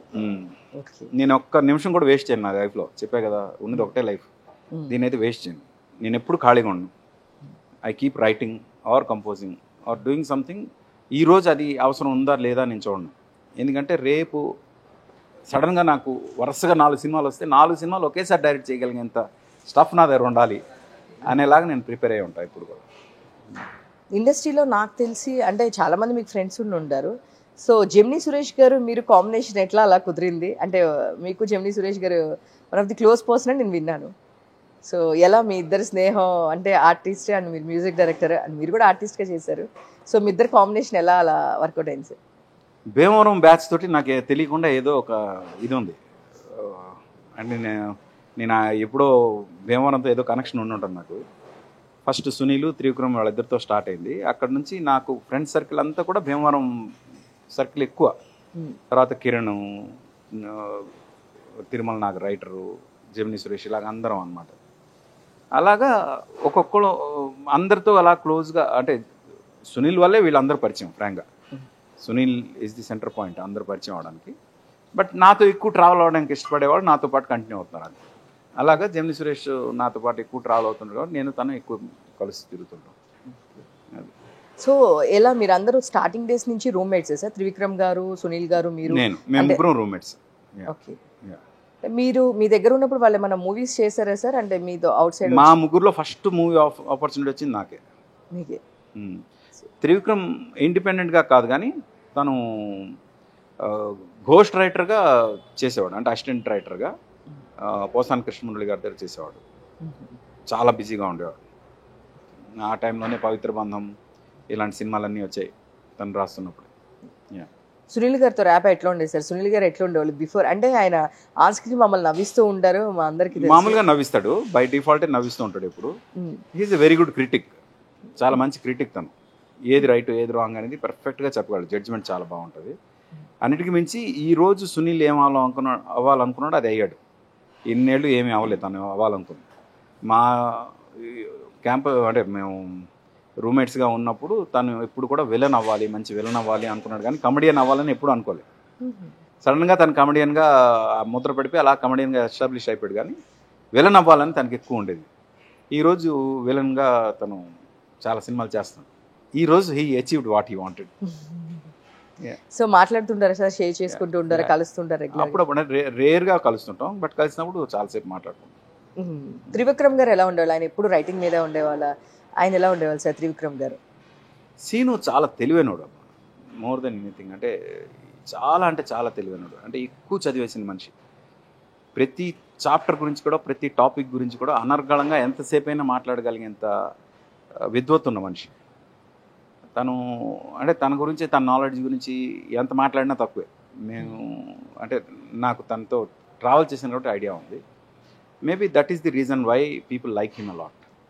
ఎందుకంటే ఇతను మనకన్నా కొంచెం ఒక అడుగు ముందే ఉన్న మనిషి అనే ఫీలింగ్ ఉంటుంది ఎవరికైనా. Let it be even Pawan Kalyan garu కూడా త్రివిక్రమ్ అంటే ఎందుకు అంత ఇష్టం అంటే తనతో ఉంటే ఏదో ఒకటి నేర్చుకోవచ్చు మనం అనే ఫీలింగ్ ఉంటుంది పవన్ కళ్యాణ్. అందుకు సీన్ అంటే చాలా ఇష్టం. మేము సీను అంటాం, సారీ త్రివిక్రమ్ అని తను ఇండస్ట్రీకి వచ్చాక పెట్టుకున్న పేరు, అంటే స్క్రీన్ నేమ్ పెట్టుకున్నాడు, బట్ మేమందరం సీను అంటాం. అంటే సాహిత్యం గురించి ఆయన చెప్పినప్పుడు, ఆయన మాట్లాడుతున్నప్పుడు, ఆయన స్టేజ్ మీద ఉన్నప్పుడు మీరు అన్నారు కదా అలా ఆయన నాలెడ్జ్ గురించి మనము డిఫైన్ చేయలేము, ఎక్కువ నాలెడ్జబుల్ అని. నిజంగానే కొన్ని అర్థం కాదు, కొన్ని అలా గుర్తుండిపోతుంటాయి కూడా. ఆయన స్టేట్మెంట్స్ పాస్ చేసినప్పుడు కానీ ఏదో ఒకటి వల్గర్ జోక్ చెప్పి వెంటనే నవ్వించవచ్చు, కానీ ఒక అర్థవంతమైనది మాట్లాడితే కనుక వాడు ఇప్పుడు అర్థం కాకపోవచ్చు, దారిలో వెళ్తున్నప్పుడు వాళ్ళు ఆలోచించుకుంటాడు, ఓహో ఇదా అని చెప్పేసి అని. ఇలాంటివి చాలా ఎందుకో తెలియదు నాన్న బాగా వెనకపడి ఉన్నారు. ఇలాంటివన్నీ త్రివిక్రమ్ గారు మాట్లాడుతున్నప్పుడు నిజమే కదా అనిపిస్తుంది. మేబీ సాహిత్యానికి ఉన్న పవర్ ఏమో, అంత నాలెడ్జ్ నాకు లేదు. నాన్న బాగా వెనకబడి ఉన్నారు, త్రివిక్రమ్ది కాదు. ఆయన తనిఖీలభరణి గారు చెప్పారు, కానీ ఒక స్టేజ్ మీద త్రివిక్రమ్ గారు కూడా మాట్లాడారు. లేదు అంటే అది వేరే వాళ్ళు, తనిఖీలభరణి గారి దగ్గరికి ఎవరో తీసుకొచ్చారు రాసింది, బట్ నాన్న వెనకబడి ఉన్నారు సీన్ది కాదు. But Seenu, what is Seenu అంటే అప్పటి వరకు సినిమాల్లో ఏదైనా డైలాగ్ చెప్పాలంటే ఒక ఇంత మాటని ఎంతగా చెప్పాలి అనే ఫీలింగ్ ఉండేది. కానీ సీను వచ్చిన తర్వాత ఎంత మాటని ఎంతలో చెప్పొచ్చు అనేది డిఫైన్ చేశాడు. దాంతో ఏంటంటే జనం ఇంత క్రిస్ప్గా ఇంత చెప్పొచ్చా, అంటే ఇంత తక్కువ దాంట్లో ఎంత ఆలోచింపజేయొచ్చా అనేది సీను డైలాగ్స్ నుంచి స్టార్ట్ అయ్యాయి జనానికి. That is the difference between others and Seenu. Why Seenu is greater than others అంటే ఇదే రీజన్. నువ్వు నాకు నచ్చావు అసలు ఇప్పటికీ చూస్తా ఉండేదే ఆ పంచెస్. సంతోషంలో కూడా తను ఒక డైలాగ్ రాశాడు, అంటే సంతోషం సినిమా మొత్తంలో 2 సీన్లు తను రాశాడు. బ్రహ్మానందం సీను, తర్వాత మన ఈయన విశ్వనాథ్ గారి సీన్ ఒకటి ఉంటుంది. ఆ సీన్లో ఒక డైలాగ్ ఉంటుంది, అది సినిమా మొత్తాన్ని ఆ డైలాగ్తో చెప్పేశాడు తను. ప్రేమించడానికి 2 మనుషులు చాలు, కానీ పెళ్లి చేసుకోవడానికి 2 కుటుంబాలు కావాలి. సంతోషం సినిమా బేసిక్ థీమ్ అది. సూపర్. మొత్తం సినిమా థీమ్ని 2 డైలాగులు చెప్పేసాడు. అవును, that is the greatness of Seenu. నిజమే సార్. సో నాకు గుర్తొచ్చింది ఏంటంటే, అది త్రివిక్రమ్ గారి ఫాదర్ గురించి చెప్పింది. మన చిన్నప్పుడు మన ఫాదర్ మనకి హీరోనే, మన పెంచారు, పర్లేదు మా నాన్న మన 2 పిల్లలు మెయింటైన్ చేశారు, మనం ఇక్కడ వరకు వచ్చాయంటే మా నాన్న గ్రేటే. స్టార్టింగ్ ఒక స్టేజ్లో మా నాన్న హీరో, మళ్ళీ ఆ తర్వాత మా నాన్నకి ఏం తెలియదు, మా నాన్నకి తెలిసిన దానికన్నా వేరే వాళ్ళకి కూడా చాలా తెలుసు అనుకుంటాము. ఎప్పుడో ఒక అర్ధరాత్రి మన పిల్లోడికి ఏదైనా హెల్త్ బాగోపోతే దబ్బుకుని అర్ధరాత్రి తీసుకెళ్ళాలి అన్నప్పుడు, డబ్బులు చూసుకొని మనం ఖర్చు పెట్టాలి, హాస్పిటల్కి పే చేయాలి అన్నప్పుడు, ఆ తర్వాత అనిపిస్తుంది మా నాన్న మనల్ని బాగానే పెంచాడే, 2 ముగ్గురిని మనం ఒకరిని పెంచడానికి చాలా ఇబ్బంది పడుతున్నాము అనే ఇది త్రివిక్రమ్ గారు చెప్తారు. అవునవును, అది అసలు బేసిక్ అంటే ఒక కామన్ మ్యాన్ పర్సెప్షన్లో ప్రతిది కూడా తన ఆ పాయింట్ ఆఫ్ వ్యూలో ఆలోచించి తన అనుభవంలోంచి వచ్చినవే చాలా బాగా ప్రజెంట్ చేస్తారు, చాలా బాగా ప్రజెంట్ చేస్తారు. సో మీరు చాలా మంది హీరోలకి పాడారు, దానిలో మీ ఫేవరెట్ అంటే ఎవరు చెప్తారు? అంటే ఉదయ్ కిరణ్ గారిది మీది కాంబినేషన్ చాలా బాగా హిట్ అయింది, అందరికీ తెలుసు. బట్ మీ ఫేవరెట్ పర్సనల్గా డెఫినెట్గా ఒక చాయిస్ అనేది ఉంటుంది. సో పర్సనల్ చాయిస్గా నా సాంగ్కి నా దీనికి హీరో చాలా యాక్ట్ అయ్యాడు అని మీ హార్ట్ఫుల్గా అనిపించిన పర్సన్ అంటే ఎవరు? అంటే ఫ్రాంక్గా అలాగేం ఉండదు, అక్కడ సిచ్యువేషన్కి సాంగ్ చేస్తాం అంతే, ఆ సాంగ్కి వాళ్ళు యాక్ట్ చేస్తారు. ఆబ్వియస్గా ఆ సిచ్యువేషన్ మంచి సిచ్యువేషన్ కాబట్టి దానికి మంచి ట్యూన్ వస్తుంది, ఆ మంచి ట్యూన్కి ఆబ్వియస్గా వాళ్ళు బాగా చేస్తారు. అందుకు ఇతను బాగా చేశాడు ఈ పాటకి అంటే మిగతా వాళ్ళు బాగా చేయలేదని చెప్పినట్టు అవుతుంది. అలా అని కాదు సార్, ఇప్పుడు చాలా సాంగ్స్ ఉంటాయి. ఇప్పుడు మాకు ఎందుకు మీరు ఉదయ్ కిరణ్ గారిది అలా కాంబినేషన్ అలా గుర్తుండిపోయింది అంటే, ఎందుకంటే ఉదయ్ చేసిన 14 సినిమాలు 9 సినిమాలు నావే కాబట్టి. ఆ సాంగ్స్ కూడా అన్ని సూపర్ హిట్ సాంగ్సే కదా సార్. 14 సినిమాలు 9 సినిమాలు మీయే అయినా సరే అవన్నీ సూపర్ హిట్స్ కదా సార్. సో దానిలో మీ ఫేవరెట్ అంటే ఏం చెప్తారు? మీకున్న హీరోస్లో చేసిన వాళ్ళలో మీ ఫేవరెట్ అంటే ఎవరు చెప్తారు? అంటే ఒక్కొక్కలాగా కరెక్ట్, అంటే ఈ హీరోలో ఇది కరెక్ట్, ఈ హీరోలో ఇది కరెక్ట్ అలా ఉంటుంది తప్పితే ఈ హీరో అల్టిమేట్ అని చెప్పడానికి లేదు. ఇప్పుడు చిరంజీవి గారు ఒకే పాట చేశాను, అయ్యయ్యో పాట, ఆ పాట ఆయన తప్ప ఇంకెవరు చేసినా బాగోదనే ఫీలింగ్ వస్తుంది ఆటోమేటిక్గా, ఎందుకంటే ఆయన అంత బాగా చేస్తారు కాబట్టి. అలా సార్ నాకు ఒకటి ఎప్పుడు అర్థం కాదు మీ విషయంలో, ఎంత స్లో సాంగ్స్ ఎలా అంటే ఫీల్ గుడ్ సాంగ్స్ ఎంత బాగుంటుందో, అలానే అయ్యయ్యో ఇలాంటి సాంగ్స్ కూడా మీరు అదే రేంజ్లో చేస్తూ ఉంటారు. అది ఎలా పాసిబిలిటీ అంటే, చాలామంది ఈ డైరెక్టర్ స్లో సాంగ్స్ బాగా చేస్తారు, ఈ డైరెక్టర్ మాస్ బాగా చేస్తారు, ఈ సింగర్ స్లో బాగా పాడతారు, ఈ సింగర్ చాలా మాస్ బాగా పాడతారు అనే ఒక మార్క్ అనేది వేస్తారు. బట్ మీ విషయంలో ఎప్పుడు అలా లేదు. సో మీకు అలా ఎలా కుదురుతుంది సార్? అంటే ఫ్రాంక్గా నాకు ట్యాగ్ ఉంది, మెలోడీ సాంగ్స్ ఎక్కువ చేస్తానని, తర్వాత ఫోక్ సాంగ్స్, తర్వాత ఫాస్ట్ సాంగ్స్ అలా చేస్తాను. కొంచెం ప్రొపోర్షనేట్గా ఆ ట్యాగ్ ఉంది, కానీ ఏదైనా చేయగలం అనే కాన్ఫిడెన్స్ ఉంది కాబట్టి ఇక్కడ వరకు వచ్చాం. లేదు నేను ఇలాంటివి చేయగలను ఇలాంటివి చేయలేను అంటే మాత్రం రాలేము ఇక్కడ వరకు, ఇలాంటివి చేయలేము కూడా. ఇవన్నీ మనకి ఎప్పుడు వస్తాయంటే మనం అన్నీ చేయగలం అనే ఒక నమ్మకం వచ్చినప్పుడే ఇవన్నీ జరుగుతాయి. ఫ్రాంక్గా కొన్నిసార్లు ఎలా ఉంటుందంటే ఇది యాప్టు, దీనికి ఇలా ఉంటే బాగుంటుంది అని మనకు అనిపిస్తుంది. డైరెక్టర్ కొన్ని ఇన్పుట్స్ చెప్తారు, మాకు ఇలా కావాలి ఇలా కావాలి ఇలా కావాలి, ఆ ఇన్పుట్స్ని డీకోడ్ చేస్తాం అంతే, అంత మించి ఇంకేముంటుంది. మా కోసం 2 మెలోడీస్ పాడారు కాబట్టి ఒక మాస్ పాట, ఒక 3 లైన్స్. అయ్యయ్యో అయ్యయ్యో అయ్యయ్యో చలికాలం చంపేస్తుందయ్యో, అయ్యయ్యో అయ్యయ్యో అయ్యయ్యో చలిగాలికి కుర్రాడవుటయ్యో. సాహిత్యం నాకు అంత బాగా గుర్తు చేసుకోవాలి. No issue sir. సో అప్పటికి ఇప్పటికి అంటే మ్యూజిక్ చాలా వేరియేషన్ వచ్చింది. స్టార్టింగ్ మీరు చెన్నై నుంచి ఇక్కడికి మ్యూజిక్ వచ్చిన దగ్గర నుంచి ఇప్పుడు ప్రజెంట్ ఇక్కడ పాడుతున్న మ్యూజిక్ వాళ్ళందరూ చాలా డిఫరెంట్ ర్యాప్ సాంగ్స్ వచ్చినాయి, చాలామంది కొత్త వాళ్ళందరూ వచ్చారు. అప్పటికి ఇప్పటికి వేరియేషన్ ఏముందంటే ఏం చెప్తారు సార్ మీరు సాంగ్స్కి అప్పటికి ఇప్పటికి? అంటే ఫ్రాంక్గా టైంతో పాటు మ్యూజిక్ మారడం కరెక్టే, కానీ ఇట్స్ ఆల్ అబౌట్ ఇండివిజువల్స్. అంటే ఒక్కొక్క మ్యూజిక్ డైరెక్టర్కి ఒక్కొక్క స్ట్రెంగ్త్ ఉంటుంది, ఆ స్ట్రెంగ్త్ బట్టి ఆ మ్యూజిక్ డైరెక్టర్ వర్క్స్ ఉంటాయి అంతే. ఇప్పుడు తమన్ ఉన్నాడు, తమన్ మంచి రిథంతో చేస్తాడు. అదే దేవి ఉన్నాడు, దేవి ఏమో మంచి ఎనర్జీ ఉంటుంది తన సాంగ్లో. అలా ఒక్కొక్క మ్యూజిక్ డైరెక్టర్కి ఒక్కొక్క ఇది ఉంటుంది, ఏది సిగ్నేచర్ ఉంటుంది. అంతేగాని ఇప్పుడు ఈ జనరేషన్లో ఈ ట్రెండ్ నడుస్తుంది, ఈ జనరేషన్లో ఈ ట్రెండ్ నడుస్తుంది అలా ఉండదని నా ఫీలింగ్. అది ఇండివిజువల్ మ్యూజిక్ డైరెక్టర్స్ బట్టి వాళ్ళ టాలెంట్ని వాళ్ళు చూపించుకునే వాళ్ళ దీన్ని బట్టి మారిపోతూ ఉంటుంది. ఇప్పుడు ఎవరైతే ఆ టైంలో ట్రెండింగ్లో ఉంటారో అది ట్రెండ్ అనుకుంటారు, అంతే, అంతకుమించి ఇంకేం లేదు. అంటే ఇప్పుడు చాలామంది మేము మాట్లాడుతున్నప్పుడు కొంచెం పెద్దవాళ్ళు కానీ ఎవరైనా సరే, ఇప్పుడు మ్యూజిక్ ఎక్కువ ఉంది, సాహిత్యం తక్కువగా ఉంది అంటే వినేదానికన్నా సౌండ్సే ఎక్కువ వినిపిస్తున్నాయి, ఆ పాట ఏంటి అనేది మీనింగ్ లేకుండా ఉంది, అయ్యో సౌండ్సే ఎక్కువ ఉన్నాయి అనే ఒక ఇది కూడా ఉంది సార్. అంటే ట్రెండ్ అయి ఉండొచ్చు కానీ బట్ ఎక్కువగా మ్యూజిక్ ఇదే వినిపిస్తుంది, మాకు అర్థం కూడా అవ్వట్లేదు అన్న వాళ్ళు కూడా ఉన్నారు. సో దాని గురించి మీరేం చెప్తారు? అంటే there are two different things అండి. ఇప్పుడు ఏంటంటే మనకి ఇండస్ట్రీ ఒక సైకిల్ లాగా ఉంటుంది. ఆ సైకిల్ ఏంటంటే డైరెక్టర్ సెంట్రిక్, హీరో సెంట్రిక్. ఒక టర్న్లో డైరెక్టర్ సెంట్రిక్ సినిమాలు ఆడతాయి, ఒక టర్న్లో హీరో సెంట్రిక్ సినిమాలు ఆడతాయి, తర్వాత డైరెక్టర్ సెంట్రిక్ సినిమాలు ఆడతాయి, తర్వాత హీరో సెంట్రిక్ సినిమాలు ఆడతాయి. డైరెక్టర్ సెంట్రిక్ అంటే ఎవరైతే కథను నమ్మి సినిమా చేస్తారో, కథే మెయిన్ హీరో, తర్వాత హీరోని నమ్మి సినిమాలు చేస్తారు, అది ఒక ట్రెండ్ నడుస్తుంది. తర్వాత మళ్ళీ కథను నమ్మి హీరో సినిమాలు చేస్తారు. ఇది సైకిల్ లాగా నడుస్తూ ఉంటుంది. ఒక్కొక్క ట్రెండ్లో ఒక్కొక్కటి వెళ్తుంటుంది. ఈ కథను నమ్మి ఎప్పుడైతే సినిమాలు నడుస్తాయో, కథతో పాటు వెళ్ళే పాట, కథని బతికించడం కోసం వచ్చే సాహిత్యం చాలా ఇంపార్టెంట్. పాటలో సాహిత్యం, అందుకు పాటలో మాట వినిపించాలి. At the same time hero centric వచ్చినప్పుడు హీరో తాలూకు హీరోయిజం ఎలివేషన్ చేయడం మీద ఎక్కువ కాన్సన్ట్రేట్ చేసే సినిమాలు వస్తాయి. అప్పుడేమవుతాయంటే సాహిత్యం వెనకబడిపోయి ఆ హీరో తాలూకా హీరోయిజం ఎలివేట్ చేసే ప్రాసెస్లో ఉండే మ్యూజిక్ తాలూకా డామినేషన్ పెరుగుతుంది.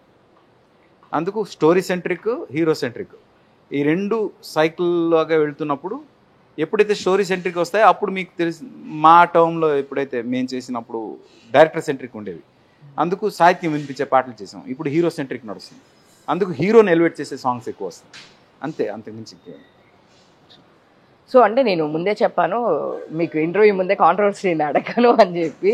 సో ఇది జనరల్ క్వశ్చన్ నేను అంతే. అంటే ఇక్కడ మ్యూజిక్ చాలామంది చేస్తున్నారు అండ్ సో కాకపోతే ఎక్కువ పరాయి భాష నుంచి ఇక్కడికి వచ్చి చేసే వాళ్ళకి ఎక్కువ ప్రిఫరెన్స్ ఇస్తున్నారు ఇక్కడ ఉండే వాళ్ళకన్నా కూడా అనేది ఒకటి వినిపిస్తుంది. అంటే ఇప్పుడు మీ దగ్గరే నేను ఈ క్వశ్చన్ ఎందుకు అడుగుతున్నానంటే ఇంతకుముందు నేను మ్యూజిక్ వాళ్ళని చాలామంది ఇంటర్వ్యూస్ చేశాను, నేను సింగర్స్ని కానీ వాళ్ళని కానీ చాలామంది ఇంటర్వ్యూ చేశాను, ఆర్టిస్టులు కూడా చేశాను. మన ఒక టెలివిజన్ ఆర్టిస్ట్ నుంచి సినిమా ఇండస్ట్రీ ఆర్టిస్ట్ వరకు, ఈవెన్ సమీర్ గారు ఆయన డైరెక్ట్గానే చెప్పారు. అలా చాలామంది కూడా చెప్పారు ఏంటంటే మన వాళ్ళు ఇక్కడ ఉన్న వాళ్ళకన్నా ప్రిఫరెన్స్ పక్క లాంగ్వేజ్ వాళ్ళకి ఇస్తున్నారు కానీ మన వాళ్ళకి అక్కడ వాళ్ళు ప్రిఫరెన్స్ ఇవ్వరు. సో అది ఒక్క దీనిలో కాదు అన్నిట్లో ఉంది.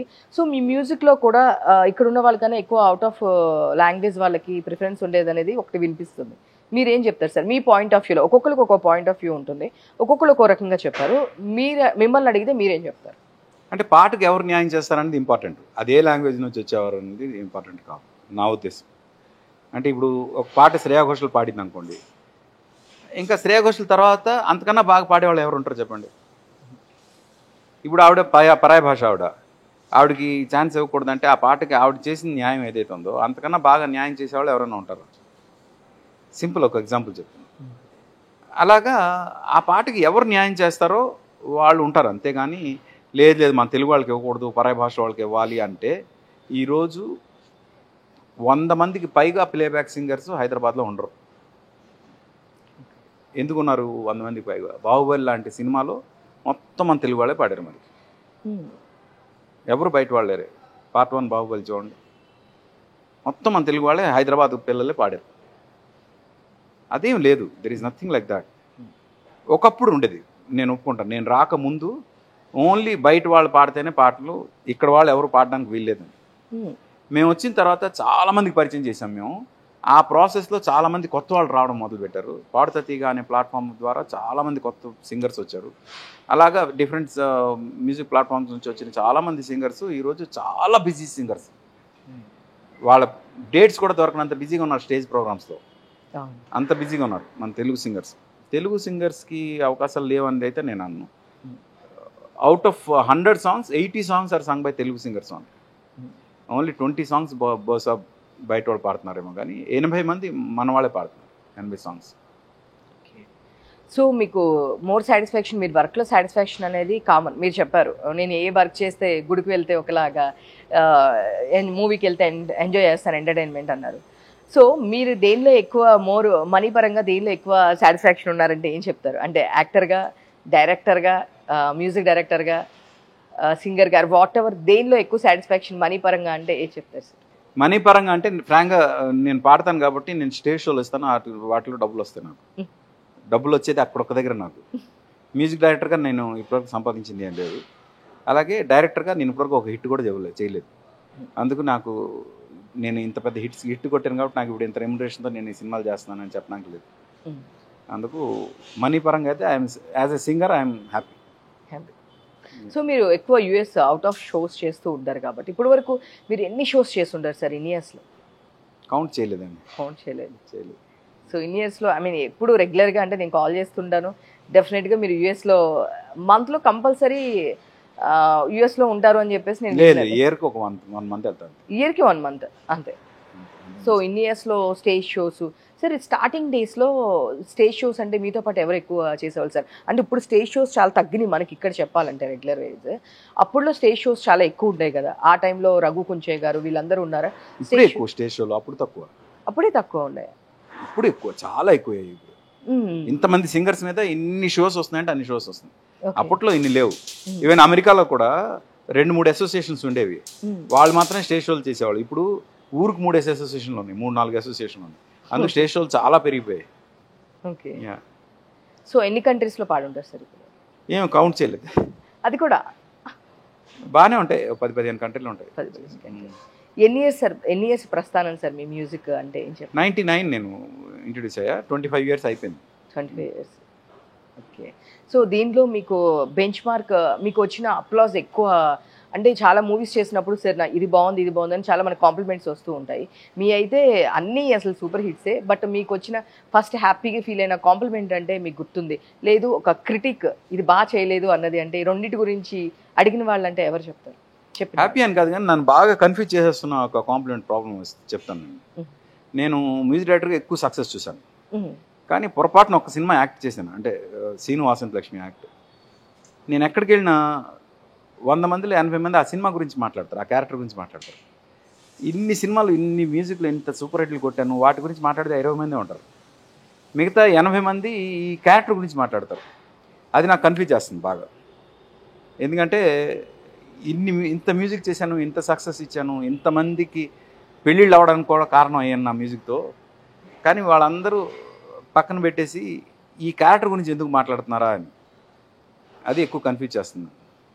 మేబీ దానిలో బాగా వీళ్ళు ఇన్వాల్వ్ అయ్యారు, అంత బాగా నచ్చిందేమో సార్. అంటే మరీ అంత డామినేట్ చేయకూడదు. 21 సంవత్సరాలు అయిపోయింది ఆ సినిమా వచ్చి. ఇప్పటికి కూడా నిన్న కాక మొన్న ఒక సినిమా, ఒక పెళ్ళికి వెళ్ళాను. ఆ పెళ్ళిలో కూడా 100 మంది కలిస్తే 80 మంది ఆ క్యారెక్టర్ గురించి మాట్లాడుతున్నారు. అది పరిస్థితి. సో అది ఇంకా ఏమన్నా దాన్ని 2 కానీ అట్లా ఏమైనా ఎక్స్టెన్షన్ ఉందా సార్? అంటే విన్నాను 2 అని కాదు, కానీ ఆ క్యారెక్టర్ని ఇంకొకసారి పోర్ట్రే చేద్దామని ఉంది, చూడాలి. అంటే నాకు రైట్ ప్రొడ్యూసర్ దొరికితే మాత్రం చాలా పెద్ద కమర్షియల్ సినిమా చేద్దామండి ఆ క్యారెక్టర్తో. అంటే ఇంతమంది ఫ్యాన్స్ ఉన్నారు కదా, ఆర్పి పట్నాయక్ యాక్ట్ చేస్తే జనం చూస్తారు లేదు తెలియదు, కానీ ఆ క్యారెక్టర్ చేస్తే మాత్రం చూస్తారని నమ్మకం వచ్చింది నాకు. లేదు సార్, యాక్ట్ చేశారు కాబట్టి అందరికీ అంత దగ్గర అయ్యారు. అంటే వేరేగా నేను చేస్తే జనం చూడరు నాకు తెలుసు, బట్ ఆ క్యారెక్టర్ చేస్తే జనం చూస్తారని నమ్మకం. సో నేను ఇప్పుడు అంటే విన్నాను చాలా సాంగ్స్ వల్ల పెళ్ళిళ్ళు కూడా అయినాయి అన్నారు, ఏంటి సార్ దాని బ్యాక్ స్టోరీ ఏంటి? అంటే అప్పటి వరకు లవ్ లెటర్లు రాసుకునే వాళ్ళంతా లవ్ లెటర్లు ఆపేసి నా పాటలు ఎక్స్చేంజ్ చేసుకునేవాళ్ళు. అలా ఎక్స్చేంజ్ చేసుకుని వాళ్ళు అంటే ఆ పాటలే వాళ్ళ ఎక్స్ప్రెషన్స్ అనమాట. నా భావం ఇదేనా, ఆ పాట క్యాసెట్ మొత్తం ఒక పాట పెట్టేసి ఇచ్చేసి దానికి రిప్లైగా వాళ్ళు ఒక పాట ఇచ్చి అలాగా వాళ్ళిద్దరు లవ్ స్టోరీలు ఇదయ్యి ఆ లవ్ స్టోరీలోంచి కంటిన్యూ అయ్యి పెళ్ళిళ్ళు చేసుకుని కొంతమంది హ్యాపీగా ఉన్నారు, కొంతమంది ఎందుకు చేసుకున్నారు బాబు అనుకునే వాళ్ళు ఉన్నారు. మీరు ఎలా ఉన్నారు సార్? నా family life is very good. Very good.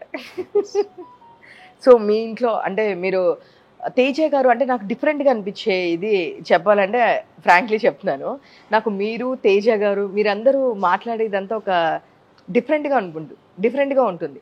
అంటే ఎలా చెప్పాలి అంటే డిప్లొమాటిక్గా ఉండదు, వెరీ స్ట్రైట్ ఫార్వర్డ్ ఉంటుంది. అంటే తర్వాత వాళ్ళ ఆపోజిట్ వాళ్ళు ఏమంటారు అన్నాక దానికి ఆన్సర్ కరెక్టా కాదా అనేది మాత్రమే ఆలోచిస్తారు అని చెప్పేసి అనిపిస్తుంది. మీరు కానీ తేజ గారు కానీ సో ఉన్నది చాలా స్ట్రైట్ ఫార్వర్డ్ మాట్లాడతారు. సో మీ ఫ్యామిలీతో ఉన్నప్పుడు మీరు జోయల్గా ఉంటారా, సేమ్ ఇంట్లో కూడా అలానే ఉంటారా సార్? అంటే there won't be two people in one person అని నా ఫీలింగ్. మనం ఏంటో అదే అలాగే ఉండాలి. నేను ఎప్పుడు నమ్మేది ఏంటంటే 4 గోడల మధ్యలో ఎవరు లేనప్పుడు మీరు ఎలా ఉన్నారో బయట కూడా మీరు ఎలా ఉంటే మీరు హ్యాపీ పర్సన్ అని నా ఉద్దేశం. నేను అలా ఉండడానికి ఇష్టపడతాను. 4 గోడల మధ్య ఎవరు లేనప్పుడు మీరు ఎలా ఉన్నారో బయట కూడా మీరు ఎలా ఉన్నారు అనుకోండి, you are the best person and I'm that. అంతేనండి. ఎందుకంటే చాలామంది వాల్స్ క్లోజ్ అయిపోయి ఎవరు లేనప్పుడు they will be something else. అవునా కదా? కానీ అక్కడ ఎలా ఉన్నారు బయట కూడా అలాగే ఉన్నారు అనుకోండి, వాళ్ళకి ఎలాంటి ప్రాబ్లం లేదు, హ్యాపీగా ఉంటారు. ఓకే. సో చెన్నై నుంచి ఇక్కడికి మ్యూజిక్ ఇండస్ట్రీ కానీ చేంజ్ అవుతున్నప్పుడు అప్పుడులో ఫస్ట్ యాక్టింగ్ వైజ్ అవన్నీ వచ్చినాయి కానీ మ్యూజిక్ అక్కడ ఉండిపోయింది. బట్ తర్వాత మీరు లేదు ఇక్కడ కూడా మనం చెయ్యొచ్చు అని చెప్పేసి చక్రి గారు కానీ మీరు కానీ ఇక్కడ స్టార్ట్ చేశారని విన్నాము. అది అసలుకి ఆ బ్యాక్ స్టోరీ ఏంటి సార్? ఎంత అంటే ఇట్ స్టార్టెడ్ విత్ మీ. నేను ఫస్ట్ స్టార్ట్ చేసా, నా తర్వాత చక్రిది స్టార్ట్ అయింది.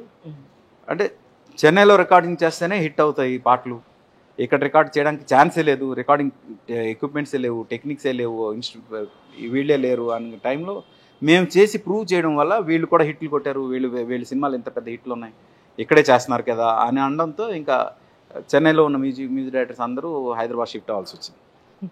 అది. సో మీరు మూవీస్ నుంచి డివోషనల్కి భగవద్గీత సో చేశారు. ఏంటి సార్ సడన్గా, అంటే ఎందుకు యూత్కి ఏమన్నా అందించాలనా, అసలు ఏంటి సార్ దాన్ని చేయడానికి రీజన్? భగవద్గీత అండ్ నెక్స్ట్ ఇంకోటి కూడా ఏదో విన్నాను నేను. రామాయణం కూడా చేస్తున్నా, తర్వాత మహాభారతం కూడా చేస్తా. అంటే మనం యాజ్ ఏ సనాతనీస్ అంటే హిందువులుగా మనకంటూ ఒక ఐడెంటిటీ ఉంది, మనకంటూ మన ఆచారాలు ఉన్నాయి, ఇవి ఉన్నాయి, అవన్నీ ఉన్నాయి. కానీ ఎందుకు చేస్తున్నాం, ఎలా చేస్తున్నాం, అసలు ఏంటి అవసరం? కొన్నిటికి చాలా అద్వైతంగా క్వశ్చన్లు అడుగుతారు, ఆ క్వశ్చన్స్కి ఆన్సర్స్ ఏంటి, ఇవన్నీ తెలుసుకోవాలి, ప్రతి ఒక్కరు తెలుసుకోవాలి. అంటే కొన్ని చోట్ల దేవుడి మీద నమ్మకం కలగకుండా ఉండడం కోసం కొన్ని చాలా చాలా పిచ్చి పిచ్చి క్వశ్చన్స్ చేస్తారు. వీడిని మీరు దేవుడుగా నమ్ముతున్నారా, ఇలాంటివన్నీ చెప్తారు. ఎగ్జాంపుల్ నేను చెప్తా. శివుడి మెడలో పాము ఉంటుంది, పాము విషం చిమ్ముతూ ఉంటుంది, అతను దేవుడు ఎలా అవుతాడు అన్నాడు. అలాంటి వాడిని మీరు దేవుడిగా పూజిస్తున్నారు, అసలు మీకు అర్థమవుతుందా మీరు ఎంత తప్పు చేస్తున్నారో అని చెప్తారు. మనుషులుగా మనకి పాము విషం ఇస్తుంది, కానీ దేవుడు సృష్టించిన విషం ఇచ్చే పాము అయినా మనిషి అయినా ఒకటే. విషం కక్కే మనిషి కన్నా విషం ఇచ్చే పాము బెటర్ నా ఉద్దేశం. అందుకు దేవుడి దృష్టిలో పాము అయినా మనిషి అయినా ఒకటే. ఈ సింపుల్ లాజిక్ తెలిస్తే దేవుడు మెడలో పాము ఉంటే ఏంటి, ఇంకేదైనా ఉంటే ఏంటి, ఇలాంటివి జనంకి తెలియాల్సిన అవసరం ఉందని నా ఫీల్. ఈ లాజిక్తో మాట్లాడాలంటే ఫస్ట్ మన సనాతన ధర్మం గురించి తెలియాలి, మన సనాతన ధర్మం రూట్స్ తెలియాలి ఫస్ట్ అనే ఉద్దేశంతో భగవద్గీత స్టార్ట్ చేశాను. భగవద్గీత తర్వాత నెక్స్ట్ రామాయణం తర్వాత మహాభారతం, ఈ 3 చేసి ఆ తర్వాత ఇవి చేస్తూనే mean while I wanted to give some inputs. అంటే ది సైన్స్ బిహైండ్ సనాతన ధర్మం. సనాతన ధర్మంలో సైన్స్ ఏంటి, మనం మూఢనమ్మకాలు అనుకునే వాటిలో వెనక సైంటిఫిక్ లాజిక్స్ ఎలా ఉన్నాయి ఏంటి, వాటి గురించి ఇన్ డీటెయిల్ సైంటిఫిక్ యాంగిల్లో ఎక్స్ప్లెయిన్ చేద్దాం అనుకుంటున్నాను. నేను సైన్స్ బ్యాక్గ్రౌండ్ నుంచి వచ్చాను కాబట్టి నేను ఎంఎస్సి స్పేస్ ఫిజిక్స్ చదివాను. అందుకు నాకు ఐడియా ఉంది, సైంటిఫిక్గా ప్రతిదీ చూసే ఐడియా ఉంది, సైంటిఫిక్గా ప్రూవ్ చేయగలిగే ఐడియా కూడా ఉంది. అది అంతా నేను చెప్తాను. అంటే మన అమ్మ నాన్న మనకు ఒక కల్చర్ నేర్పించారు, ఆ కల్చర్ తప్పని ఎవరైనా అంటే మన అమ్మ నాన్నకి మనం తప్పు అన్నట్టే. అది నేను ఒప్పుకోను. If you don't respect your parents you are not entitled to live. తల్లిదండ్రులను గౌరవించలేని మనిషి అసలు బతకడానికి అర్హత లేనివాడు. మరి తల్లిదండ్రులు పరిచయం చేసిన ఆ కల్చర్ని మనం గౌరవించకపోతే వాళ్ళని గౌరవించినట్టే కదా. ఆ బేసిక్స్ తెలుసుకోకపోతే తప్పు అయిపోతాం. అందుకు ఆ బేసిక్స్ చెప్పాలనే ప్రయత్నం. అంటే మీరు చెప్పినట్టు చాలామంది రాముడు భార్యను అవమానించాడు, పంపించేశాడు, కృష్ణుడికి ఇంతమంది గోపికలు ఉన్నారు, ఇట్లా చాలామంది మీరు అన్న టాపిక్ వచ్చింది కాబట్టి మాట్లాడుతున్నారు. ఇలా వీళ్ళు దేవుళ్ళు కాదు, మీరు ఎందుకు దేవుణ్ణి నమ్ముతున్నారని చెప్పేసి ప్రచారం చేసేవాళ్ళు క్వశ్చన్ సోషల్ మీడియాలో చాలా చూస్తూ ఉంటాం మేము. దీని గురించి మాట్లాడేవాళ్ళు. మేబీ మీరు ఎక్స్ప్లెనేషన్ ఇచ్చినప్పుడు కానీ ఇట్లాంటివి అన్నప్పుడు డెఫినెట్గా ప్రతి దానికి ఆన్సర్ ఉంది. ఎవడో ఒక అతను చాలా స్ట్రాంగ్గా అసలు గోపికలు స్నానం చేస్తుంటే చీరలు దొంగతనం చేసినాడు దేవుడు ఎలా అవుతాడు అని. అసలు అక్కడ ఆ సందర్భం ఏంటి, ఆయన ఎందుకు అలా చేశాడు అని తెలిస్తే అసలు ఏం చెప్పాలనుకుంటున్నాడు, ఆ ఇన్సిడెంట్ ద్వారా దేవుడు చెప్పాలనుకుంటున్నాడు అనేది ఫస్ట్ తెలియాలి. ఆయనకి 7 సంవత్సరాల కుర్రోడికి కృష్ణుడు 7 సంవత్సరాల కుర్రోడు. ఆ కుర్రోడికి చీరలు స్నానం చేస్తున్న లేడీస్ తాలూకు చీరలు దొంగలిస్తే ఏమొస్తుంది? ఆయన ఏం ఆనందిస్తాడు? Just imagine. ఆయన అక్కడ చెప్పాలనుకుంది ఏంటి? చూడండి, మీరు పబ్లిక్గా ఉన్నారు, పబ్లిక్గా ఒక సరౌండింగ్లో ఎవరైనా వచ్చి చూడగలిగే పరిస్థితిలో మీరు స్నానం చేస్తున్నారు. అలాంటప్పుడు మీరు బట్టలు లేకుండా చేస్తే రేపు వాళ్ళ కళ్ళు మీ మీద పడితే ఎలా ఉంటుంది? అది మీరు తెలుసుకోవాలి. రేపటి నుంచి మీరు చేసేటప్పుడు మీ బట్టలు మీతోనే ఉంచుకొని చేయండి, పబ్లిక్గా చేస్తున్నారు కాబట్టి అని చెప్పాల్సిన అవసరం ఉందా? ఒక కల్చర్ మీరు ఇలా చేయండి అని చెప్పాల్సిన అవసరం ఉందా లేదా? అట్ ది సేమ్ టైం మనకు తెలియకుండా మనం స్నానం చేసే నీరు కూడా ఒక మనిషిలాగా ట్రీట్ చేయండి. మనం పీల్చే గాలి కూడా మనిషిలాగా ట్రీట్ చేయండి. వాళ్ళందరూ కూడా మనల్ని చూస్తున్నారు. అలాంటప్పుడు మనం ఎంత కేర్ఫుల్గా ఉండాలి అని చెప్పే ప్రయత్నం కదా అది. అది అర్థం చేసుకుంటే దానిలో దైవత్వం ఉందా, దానిలో అదర్ ఫామ్ ఉందా? ప్రతి దాన్ని మనం అర్థం చేసుకునే విధానం బట్టి ఉంటుంది. అది చెప్పాల్సిన వాళ్ళు చెప్పినట్టు చెప్పేలాగా చెప్పితే ప్రతి ఒక్కరికి అర్థం అవుద్ది. ఆ చెప్పుతో కొట్టినట్టు ఉంటుంది అవతల వాళ్ళకి. కరెక్ట్ చెప్పాలి అంతే. సో రోజు రోజుకి చూస్తున్నాము, హిందూస్ అంటే ఏదో మాట్లాడితే దాన్ని ఒక పార్టీ కింద కట్టేస్తున్నారు. అంటే ఎవరైనా ఒక మాట మాట్లాడితే ఇలా హిందువులు ఇలా కరెక్ట్ కాదు, ఇది చేయడం తప్పు అంటే. ఇంకొక పాజిటివ్ వర్షన్ కూడా ఉంది. దీనిలో ఏ రిలీజన్లో అయినా ఏ మతాల్లో అయినా సరే ఎవరైనా మాట్లాడడానికి ఆలోచిస్తారు. ఒక మాట అనాలంటే వాళ్ళు భయపడతారు. బట్ దీనికి వచ్చేపాటికి హిందువులు అనేపాటికి డెఫినెట్గా అందరూ పాయింట్అవుట్ చేస్తారు, ఒక మాట ఈజీగా అనేస్తారు. మీరు ఇలా మాట్లాడడం కరెక్ట్ కాదని ఎవరైనా పాయింట్ చేశారు అంటే వాళ్ళని ఒక పార్టీకి ఆపాదిస్తారు. చెప్పాలి అంటే వాళ్ళు అడిగే ఇది కూడా వాళ్ళకి ఇవ్వరు, ఒక పార్టీకి ఆపాదించేస్తారు. ఇది కరెక్ట్ కాదు, ఈ పద్ధతి కరెక్ట్ కాదు, మనం ఇలా చేయడం కరెక్ట్ కాదు, గుళ్ళు పడేయడం కరెక్ట్ కాదు, దేవుడు విగ్రహాలు పడేయడం కరెక్ట్ కాదు, ఇలా చేయడం కరెక్ట్ కాదు అన్నప్పుడు వెంటనే దానికి ఒక ఇది కట్టేస్తారు. ఏంటి అంటే అలా ఫలానా పార్టీ, వాళ్ళ పార్టీతో సంబంధం లేకపోయినా ఒక హిందువు అయి ఉండి దాని గురించి మాట్లాడినా కూడా ఈజీ అనమాట. ఇప్పుడున్న సిచ్యువేషన్లో ఏ మతాన్ని ఒక మాట అనాలి అంటే చాలా భయపడతారు. బట్ హిందూ మతాన్ని అయితే ఏదైనా అనేయొచ్చు అనే ఒక ఇది బయట ఉంది సార్. మీరేమంటారు? అంటే ఇప్పుడు జరుగుతున్న సిచ్యువేషన్స్ బట్టే నేను మాట్లాడుతున్నాను. చూస్తే కనుక నిజంగానే ఒక మాట వేరే దీని గురించి, ఎస్ ఇండియా అందరూ మనది వసుదైక కుటుంబం, మనం అందరం ఉంటాము, కరెక్టే. వసుదైక కుటుంబంలో ఒక్క దీన్ని హిందువుల్లో మాత్రమే ఏదైనా మాట్లాడినా ఒక పార్టీకి కట్టేస్తున్నారు. వాళ్ళు అన్నట్టు ఒక దానికి ఒక తాటికి కట్టేస్తున్నారు. మిగతా వాళ్ళ గురించి ఏదైనా ఒక మాట మాట్లాడాలంటే ఎవరైనా సరే 100 సార్లు ఆలోచిస్తున్నారు. అంటే మనం ఇక్కడ ఉండి రోజు రోజుకి మత మార్పిడి కూడా చాలా దారుణంగా ఎక్కువైపోతూ ఉన్నాయి. చూస్తే కనుక బయట కంట్రీస్లో ఎక్కడ చూస్తే ఆ మతానికి సంబంధించిన వాళ్ళే ఉంటారు. బట్ మనదంతా అలా కాదు, మనం అందరం కలిసి ఉంటాము, ఐక్యత ఉంటుంది, వసుదైక కుటుంబాన్ని మనం అంటూ ఉంటాం. కానీ మనము ఉండే కొందుకు వెళ్ళే దారిలో మన రూపురేఖలే లేకుండా పోతున్నాయా అనే ఒక సిచ్యువేషన్ వస్తుంది. లేదు, రాదు. ఫ్రాంక్గా రాముడు వచ్చిన తర్వాత 500 సంవత్సరాలు కన్ఫ్యూజన్ ఉంది. రాముడు వచ్చిన తర్వాత క్లారిటీ వచ్చింది అందరికీ. ఇప్పుడు గుడ్లకు వెళ్ళేవాళ్ళు, తీర్థయాత్రలకు వెళ్ళేవాళ్ళు మొత్తం జనం బాగా పెరిగారు మీరు గమనిస్తే రాముడు వచ్చిన దగ్గర నుంచి. ఎందుకంటే హిందువుల్లో ఐక్యత పెరుగుతుంది. హిందువుల్లో ఐక్యత ఎప్పుడైతే పెరుగుతుందో వీళ్ళందరూ ఒకటైపోయి ఒక పార్టీకి ఏమైనా సమర్థిస్తారని ఇన్సెక్యూర్ ఫీల్ అయ్యేవాళ్ళు ఈ మాట్లాడుతున్నారు తప్పితే యాక్చువల్గా హిందువుల్లో ఎంతకాలం ఐక్యత లేదు. ఇప్పటికీ 100% ఉందని నేను అన్నాను, కానీ బెటర్ అయింది. ఎందుకంటే ఇప్పుడు ఏదో ఒక పార్టీ ఒక మైనారిటీకి సంబంధించిన ఒక మతానికి సంబంధించిన వాళ్ళకి వంతన పలికితే ఆ మతానికి సంబంధించిన వాళ్ళందరూ ఆ పార్టీకి ఒకే దీనిలో ఓటేసేస్తారు. అంటే అందరూ కలిసి ఒకే మాట మీద ఓటేసేస్తారు. అదే హిందువులకు వచ్చేసరికి అలా ఉండదు. వాళ్ళు ఇండివిజువల్గా ఆలోచిస్తారు. ఎవరికి వాళ్ళు ఆలోచించి నాకు ఎవడు కరెక్టో వాళ్ళు కానీ వేస్తారు. ఇప్పుడు ఏంటంటే ఇలా కనుక హిందువులందరూ ఒకటైపోతే అందరూ ఒకే దానికి వేసేస్తే వాళ్ళందరూ ఒక పార్టీకి చెందిన వాళ్ళు అయిపోతారేమో అనే భయంతో సృష్టిస్తున్న ఇదే తప్పితే, ఇన్సెక్యూరిటీ నుంచి వచ్చిన ఇదే తప్పితే అలాంటిది ఏమీ లేదు. హిందువులు మొదటి నుంచి ఎప్పటి నుంచి ఎప్పటికైనా ఇండిపెండెంట్గానే ఆలోచిస్తారు, ఇండివిజువల్గానే ఆలోచిస్తారు. కానీ ఒకటి ఏంటంటే అల్టిమేట్గా హిందువులంతా ఒకటే అనే ఒక యూనిటీ అయితే ఇప్పుడు స్టార్ట్ అయింది. అది it's a positive sign. It doesn't mean that they are supporting one party. అది ఎలక్షన్ కోసం కాదు.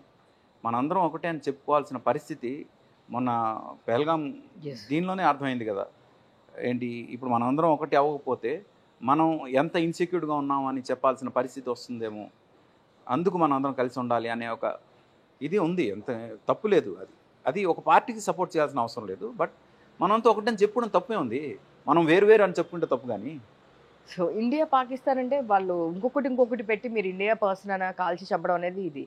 ఒక 27 మందిని మీరు హిందువులా అని అడిగి మరీ చంపే అంత సృష్టించి ఇలా చేశారు. ఇప్పుడు సిచ్యువేషన్ మీకు తెలుసు, ఇప్పటికి కూడా యుద్ధాలు నడుస్తూనే ఉన్నాయి. సో అలాంటి సిచ్యువేషన్లో మనం ఉన్నాం ఇంకా. కానీ ఇక్కడ ఉన్న వాళ్ళు చాలామంది సపోర్టర్స్ వాళ్ళకి సపోర్ట్ చేస్తూనే ఉన్నారు.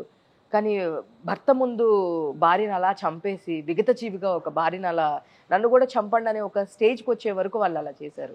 సో అంటే టెర్రరిస్ట్ని ఒక రిలీజియన్కి మనం అంటగట్టకూడదని నా ఫీలింగ్. ఎందుకంటే మీకు అంటే ఇస్లాం గురించి నేను పొగడడం అని కాదు, కానీ ఇస్లాంలో నెగటివిటీస్ ఉండొచ్చు, వాటి గురించి మాట్లాడే అర్హత మనకి లేదు, ఎందుకంటే we're not there. But there are few positive things. ఏంటంటే అస్సలాం వాలేకుం అంటారు, అంటే మీరు శాంతియుతంగా ఉండాలి గాక. వాలేక్యూమ్ అస్సలాము అంటారు ఆన్సర్గా, మీరు కూడా శాంతియుతంగా ఉండాలి గాక. అంటే the greeting itself is peace. అలాగే మహమ్మద్ ప్రవక్త గురించి చెప్పినప్పుడు ఓన్లీ అతని పేరు చెప్పరు, మహమ్మద్ ప్రవక్త అని పీస్ బి అపాన్ హిమ్ అంటారు, అంటే శాంతి కలుగుగాక అని. అంటే ఆయన పేరు చెప్పినప్పుడు కూడా శాంతి అనే పదం వస్తుంది. ఇవన్నీ చెప్పుతున్న ఆ మతంలో ఒకవేళ టెర్రరిజం ఉంది అంటే ఆ మతం వాళ్ళు చెప్పాల్సిన అవసరం ఏంటంటే ఎయిదర్ ఈ వాడుక ఏదైతే ఉందో ఇది తప్పు, లేకపోతే టెర్రరిజం తప్పు. ఈ రెండిట్లో ఏదో ఒకటి చెప్పాలి. అది వాళ్ళు చెప్పాలి, మనం కాదు. ఇది నేను I'm just giving a reminder to all those people. ఏది ఇస్లాంలో పీస్ ఉంది అని నాతో చాలామంది ఇస్లాం ఫ్రెండ్స్ మాట్లాడేటప్పుడు చెప్పిన సందర్భాలు ఉన్నాయి. వాళ్ళు ఇప్పుడు చెప్పాల్సిన అవసరం ఉంది ఏంటంటే ఇస్లాంలో పీస్ ఉందా లేకపోతే టెర్రరిజం ఉందా. ఎందుకంటే లేదంటే మతానికి టెర్రరిజాన్ని అంటుకట్టే పరిస్థితి వస్తుంది. అది ఎంతవరకు కరెక్ట్? ఇప్పుడు టెర్రరిస్టులు అక్కడ ఒక 4 టెర్రరిస్టులు 27 మందిని చంపేశారు. కానీ మతానికి కనుక మనం టెర్రరిజం అంటగడితే మన పక్కింట్లో ఉన్న ఒక ముస్లిం ఫ్యామిలీని కూడా టెర్రరిస్ట్ లాగా చూసే పరిస్థితి వస్తుంది. అందుకు మనకన్నా ఎక్కువ ముస్లిమ్స్ మాట్లాడాలి. Is terrorism in Islam or is peace in Islam? నేను ఇప్పుడు ఇన్ని ఎగ్జాంపుల్స్ చెప్పే కదా, ఇవి కరెక్టా లేకపోతే టెర్రరిజం కరెక్టా? అవి వాళ్ళు చెప్పాలి, మనం కాదు. కరెక్ట్, అదైతే మీరు చెప్పిన పాయింట్ కరెక్ట్. అందరినీ దానికి మనం చూడలేము. సో అక్కడ సపోర్ట్ చేసిన వాళ్ళు కూడా ఉన్నారు, అదే మతంలో ఉన్న వాళ్ళు అక్కడి నుంచి తీసుకొచ్చిన కొంతమంది సేవ్ చేసిన వాళ్ళు కూడా ఉన్నారు చాలా మంది. రేపు మీరు బిట్టులుగా కట్ చేసినప్పుడు దయచేసి నేను ఆ ఒక్క బిట్టు చెప్పింది బయట పెట్టద్దు, చాలా మంది హర్ట్ అవుతారు. మొత్తం చెప్పండి, నేను చెప్పింది మొత్తం కట్ చేసేటప్పుడు కట్ చేయడం మొత్తం పెట్టండి. 3 minutes ఇప్పుడు చాలా డ్యూరేషన్ పెరిగింది, ఇంతకు ముందు నా క్వశ్చనింగ్ మొత్తం పెట్టండి షూర్ గా ఆ కొంచెం వరకు. లేదా నేను ఓన్లీ ఇస్లాంను పొగిడిన ఇది పెడితే హిందువులు హర్ట్ అవుతారు, నేను ఇస్లాం క్వశ్చన్ చేసింది పెడితే ముస్లిమ్స్ హర్ట్ అవుతారు. లేదు, హిందువుల పరంగా మీరు చాలా మాట్లాడారు, ఇప్పుడు రాస్తున్నారు, రామాయణ కృష్ణుడి గురించి చెప్పారు, అన్ని ఎక్స్ప్లెయిన్ చేశారు. సో అక్కడ నెగిటివిటీ ఎక్కడ మీరు ఒక్కటి కూడా? అవును, ఆ ఒక్క క్లిప్పింగ్ చూసి డెసిషన్కి వచ్చే వాళ్ళు ఉంటారు కదా, అది నా బాధ. లేదు సార్, అట్లా ఎవరు రారు సార్. ఒక మనిషి నేను ఎప్పుడో స్వప్నకి ఇచ్చిన ఒక ఇంటర్వ్యూలో చిన్న క్లిప్పింగ్ చూసి దాని మీద చాలా మంది ఇస్లాం గురించి చెప్పిన దానికి నువ్వు అసలు హిందువే కాదు అని నన్ను తిట్టేవాళ్ళు ఉన్నారు. నేను చెప్పిన ఈ మ్యాటర్సే చెప్పా. సో దానికి మీరు కాదు అని చెప్పేసి అసలు నాకు అవసరం లేదు, నేను ఎవరికి ఎక్స్ప్లెయిన్ ఇవ్వాల్సిన అవసరం. నేను ఆమె ప్యూర్ హిందూ, నా తల్లిదండ్రులు నాకు నేర్పించిన సంస్కారం ఏదైతే ఉందో హిందుత్వం అనే సంస్కారం, దాన్ని అయితే నేను ఎట్టి పరిస్థితుల్లో ఫస్ట్ స్టేజ్లో ఉంచుతా, దాని తర్వాత నాకు ఏదైనా. సో ఇప్పుడు మళ్ళీ మీరు సినిమాలో ట్రై చేయడానికి, ఐ మీన్ ప్రొడ్యూసర్గా కూడా మళ్ళీ ట్రై చేస్తున్నాం అన్నారు. అంటే సినిమా ప్రొడ్యూసర్స్ ఉంటే ఒక సినిమా డైరెక్షన్ దీనిలో ట్రై చేస్తూ ఉన్నా అన్నారు. ఇప్పుడు నెక్స్ట్ ఇంకేం ప్రాజెక్ట్స్ చేస్తున్నారు సార్ ఇప్పుడు ఎట్ ప్రెసెంట్? చిన్న సినిమా మ్యూజిక్ చేసినా తొందరలో రిలీజ్ అవుతుంది. అది పేరు కొంచెం కాంట్రవర్సీ, అందుకు చెప్పట్లేదు. కావాలి కదా సార్, ఒకటి కూడా అంటే అది బయట పెట్టినప్పుడు చెప్తా. అది ఎలాగో కాంట్రవర్షియల్ టైటిలే, బయట పెట్టినప్పుడు చెప్తా. మీరు మాకు ఏ ఒక కాంట్రవర్సీ ఇవ్వలేదు ఇంటర్వ్యూ మొత్తం మీద, అట్లీస్ట్ ఒక టైటిల్ అయినా ఇవ్వండి సార్. అది నేను డైరెక్టర్ పర్మిషన్ లేకుండా చెప్పడానికి లేదు కాబట్టి అదే టైటిల్ రిలీజే ఒక చిన్న దీంతో చేస్తున్నాము. కాంట్రవర్సీ కాదు, చిన్న క్యూరియాసిటీ. అది అయిన తర్వాత ఇంకా చెప్పా కదా నేను రెడీగా ఉన్నా. ఒక హర్రర్ ఫిల్మ్ ఒకటి చేశారు రష్యాలో, దాని క్లైమాక్స్ ఒకటి షూట్ బ్యాలెన్స్ ఉంది, అది అయిపోతే అది ఒకటి రెడీ అవుతుంది. First movie design for Atmos అనమాట. అట్మాస్ సౌండ్ ఉంటుంది కదా, ఆ సౌండ్ కోసం డిజైన్ చేసిన సినిమా హర్రర్ ఫిల్మ్. ఒక అంటే ఏ లాంగ్వేజ్లో చేస్తే ఆ లాంగ్వేజ్లో స్ట్రైట్ ఫిల్మ్ లాగా ఉంటుంది అది. దాని మీద వర్క్ చేస్తాం. సంతోషం అందరికీ తెలుసు ఎంత పెద్ద ఇదో, మా కోసం ఒక చిన్న సాంగ్ సంతోషం లాస్ట్ రిక్వెస్ట్ చేయండి, ఇదే last. So much to say that I love you, now that so much I need you. How would it be if you leave me? Feel it for me to believe me. I'm all alone, but not alone, living for you and dying for you. I'm all alone, but not alone, living for you and dying for you. Thank you sir. So లాస్టింగ్గా అంటే ఇండస్ట్రీలో ఇప్పుడు ఉన్న వాళ్ళు, అంటే cinema తీద్దాం అనుకున్న వాళ్ళు చాలామంది వస్తున్నారు, కొత్త వాళ్ళు చాలామంది వస్తున్నారు, చాలామంది ప్రొడ్యూస్ చేసి లాస్ అవుతున్న వాళ్ళు చాలామంది ఉన్నారు, ఇండస్ట్రీ మీద ప్యాషన్ మీద కెరియర్ పక్కన పెట్టి వచ్చేవాళ్ళు చాలామంది ఉన్నారు. సో మీరు ఇన్ని ఇయర్స్ నుంచి యాజ్ ఒక 25 years నుంచి చాలా జనరేషన్ చూస్తూ వస్తున్నారు కాబట్టి, ఇండస్ట్రీ చెన్నై నుంచి ఇక్కడి నుంచి వచ్చిన దగ్గర నుంచి మీరు ఉన్నారు కాబట్టి, నేను చెన్నై నుంచి రాలి, నేను ఇక్కడే ఉన్నారు, చెన్నై నుంచి ఇక్కడికి వచ్చిన దగ్గర నుంచి ఇండస్ట్రీ వచ్చిన దగ్గర నుంచి ఉన్నారు, ప్రతి మార్పు మీరు చూస్తూ వస్తున్నారు. సో ఎట్ ప్రెసెంట్ ఇప్పుడు ఇక్కడ అలా ట్రై చేసే వాళ్ళకి మీరు ఇచ్చే సజెషన్ అంటే ఏం చెప్తారు? అంటే చాలామంది సినిమాలు చేస్తూ మాకు ఓటీటీ చాలండి, మిగతా థియేటర్కి అయినా అవ్వకపోయినా పర్వాలేదని చెప్తున్నారు. బట్ ఓటీటీ మార్కెట్ అనేది చాలా టఫ్, థియేటర్కి రిలీజ్ అనేది ఈజీ. ఈ విషయం చాలామందికి తెలీదు, అది మాత్రం చెప్పాలనుకుంటున్నాను. ఓటీటీ మనకు 6 ఛానల్స్ ఉన్నాయి అంతే. 6 ఛానల్స్లో రిలీజ్ అయిన ప్రతి సినిమా రిలీజ్ అవ్వడం చాలా కష్టం. అందుకు ప్రతి ఒక్కరు ఓటీటీ ఉందిలేండి, మనం పెట్టిన డబ్బులు ఓటీటీలో వచ్చేస్తాయి అనుకుంటే మాత్రం అది రాంగ్ విషయం. Unless the movie is very good, దానిలో పేయింగ్ ఎలిమెంట్ ఏదైనా ఉంటే తప్ప ఓటీటీలో సినిమాలు తీసుకోరు. ఫస్ట్ ఆఫ్ ఆల్ ఆడడం తర్వాత ఓటీటీలోకి తీసుకోరు. ఓటీటీలో రిలీజ్ అయితే చాలు అనుకుని వెయిట్ చేస్తున్న సినిమాలు ఒక 1000 పైన ఉన్నాయి. అందుకు దయచేసి ఎవరు కూడా ఓటీటీ ఉందిలేండి మనం సినిమా చేసేద్దాం అని మాత్రం సినిమా ఇండస్ట్రీకి రావద్దు అని చెప్పాలి. అంటే కంపేర్ చేసుకుంటే సక్సెస్ రేటు బయట సినిమాలకి ఎక్కువ సక్సెస్ రేట్ ఉంది, మన వాళ్ళు సాడ్ ఎండింగ్ ఇస్తే మన దానిలో సక్సెస్ రేట్ తక్కువ ఉంటుంది అంటారు. అంటే దాన్ని ఎలా చూడొచ్చు సార్? అంటే ఇప్పుడు ఒక తమిళ సినిమా డబ్ చేస్తే దానిలో ఒక సాడ్ ఎండింగ్ ఉండే అది వాళ్ళ రియాలిటీగా ఉంటుంది అనే ఒక మాట వస్తుంది, సక్సెస్ అవుతుంది. బట్ మన దాంట్లో చూస్తే కనుక లేదు, ఏదైనా ఒక చిన్న సాడ్ ఎండింగ్ ఉందంటే ఆ సినిమా ఆడట్లేదు అనే ఒక టాక్ వస్తుంది. దీని గురించి నేనే కాదు, హరీష్ శంకర్ గారు లాంటి డైరెక్టర్స్ కూడా మీకు అలవాటే కదా పక్క సినిమాలు చూడడము, ఇది చూడండి అని చెప్పేసి రీసెంట్ కూడా ఒక జింకానా అని చెప్పి ఒక ప్రీ రిలీజ్ ఈవెంట్లో కూడా మాట్లాడారు హరీష్ శంకర్ గారు, డైరెక్టర్ హరీష్ శంకర్ గారు.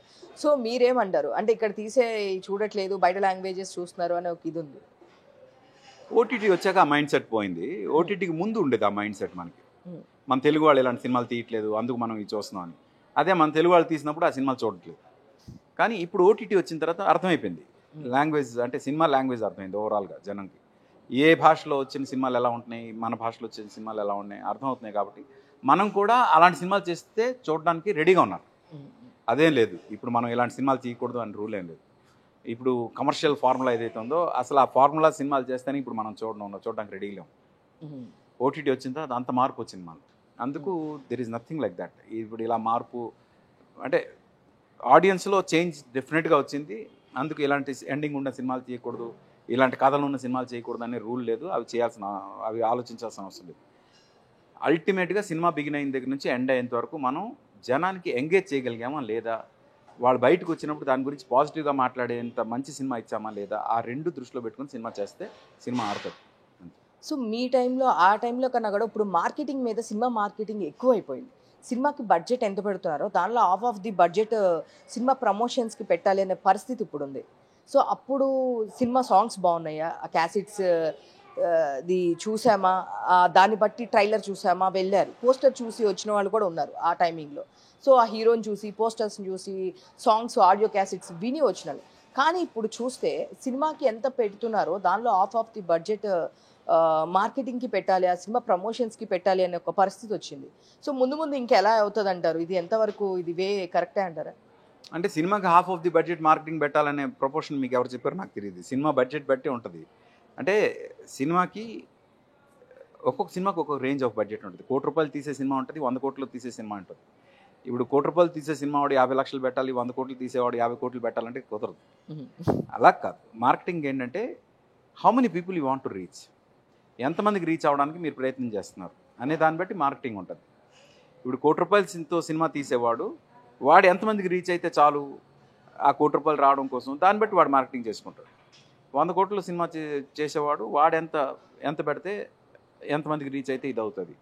ఫ్రాంక్గా చెప్తున్నా, బడ్జెట్ పెరిగే కొద్దీ మార్కెటింగ్ తక్కువ చేస్తే చాలు. ఎందుకంటే ఆ బడ్జెటే మార్కెటింగ్. ఇంత బడ్జెట్తో తీస్తున్నారనే ఇదేదైతే ఉందో అదే పెద్ద మార్కెటింగ్ బడ్జెట్. వాళ్ళు అసలు ప్రమోషన్ చేయాల్సిన అవసరం లేదు. బాహుబలి పార్ట్ 1కి అసలు ప్రమోషనే చేయలేదు తెలుసా మీకు?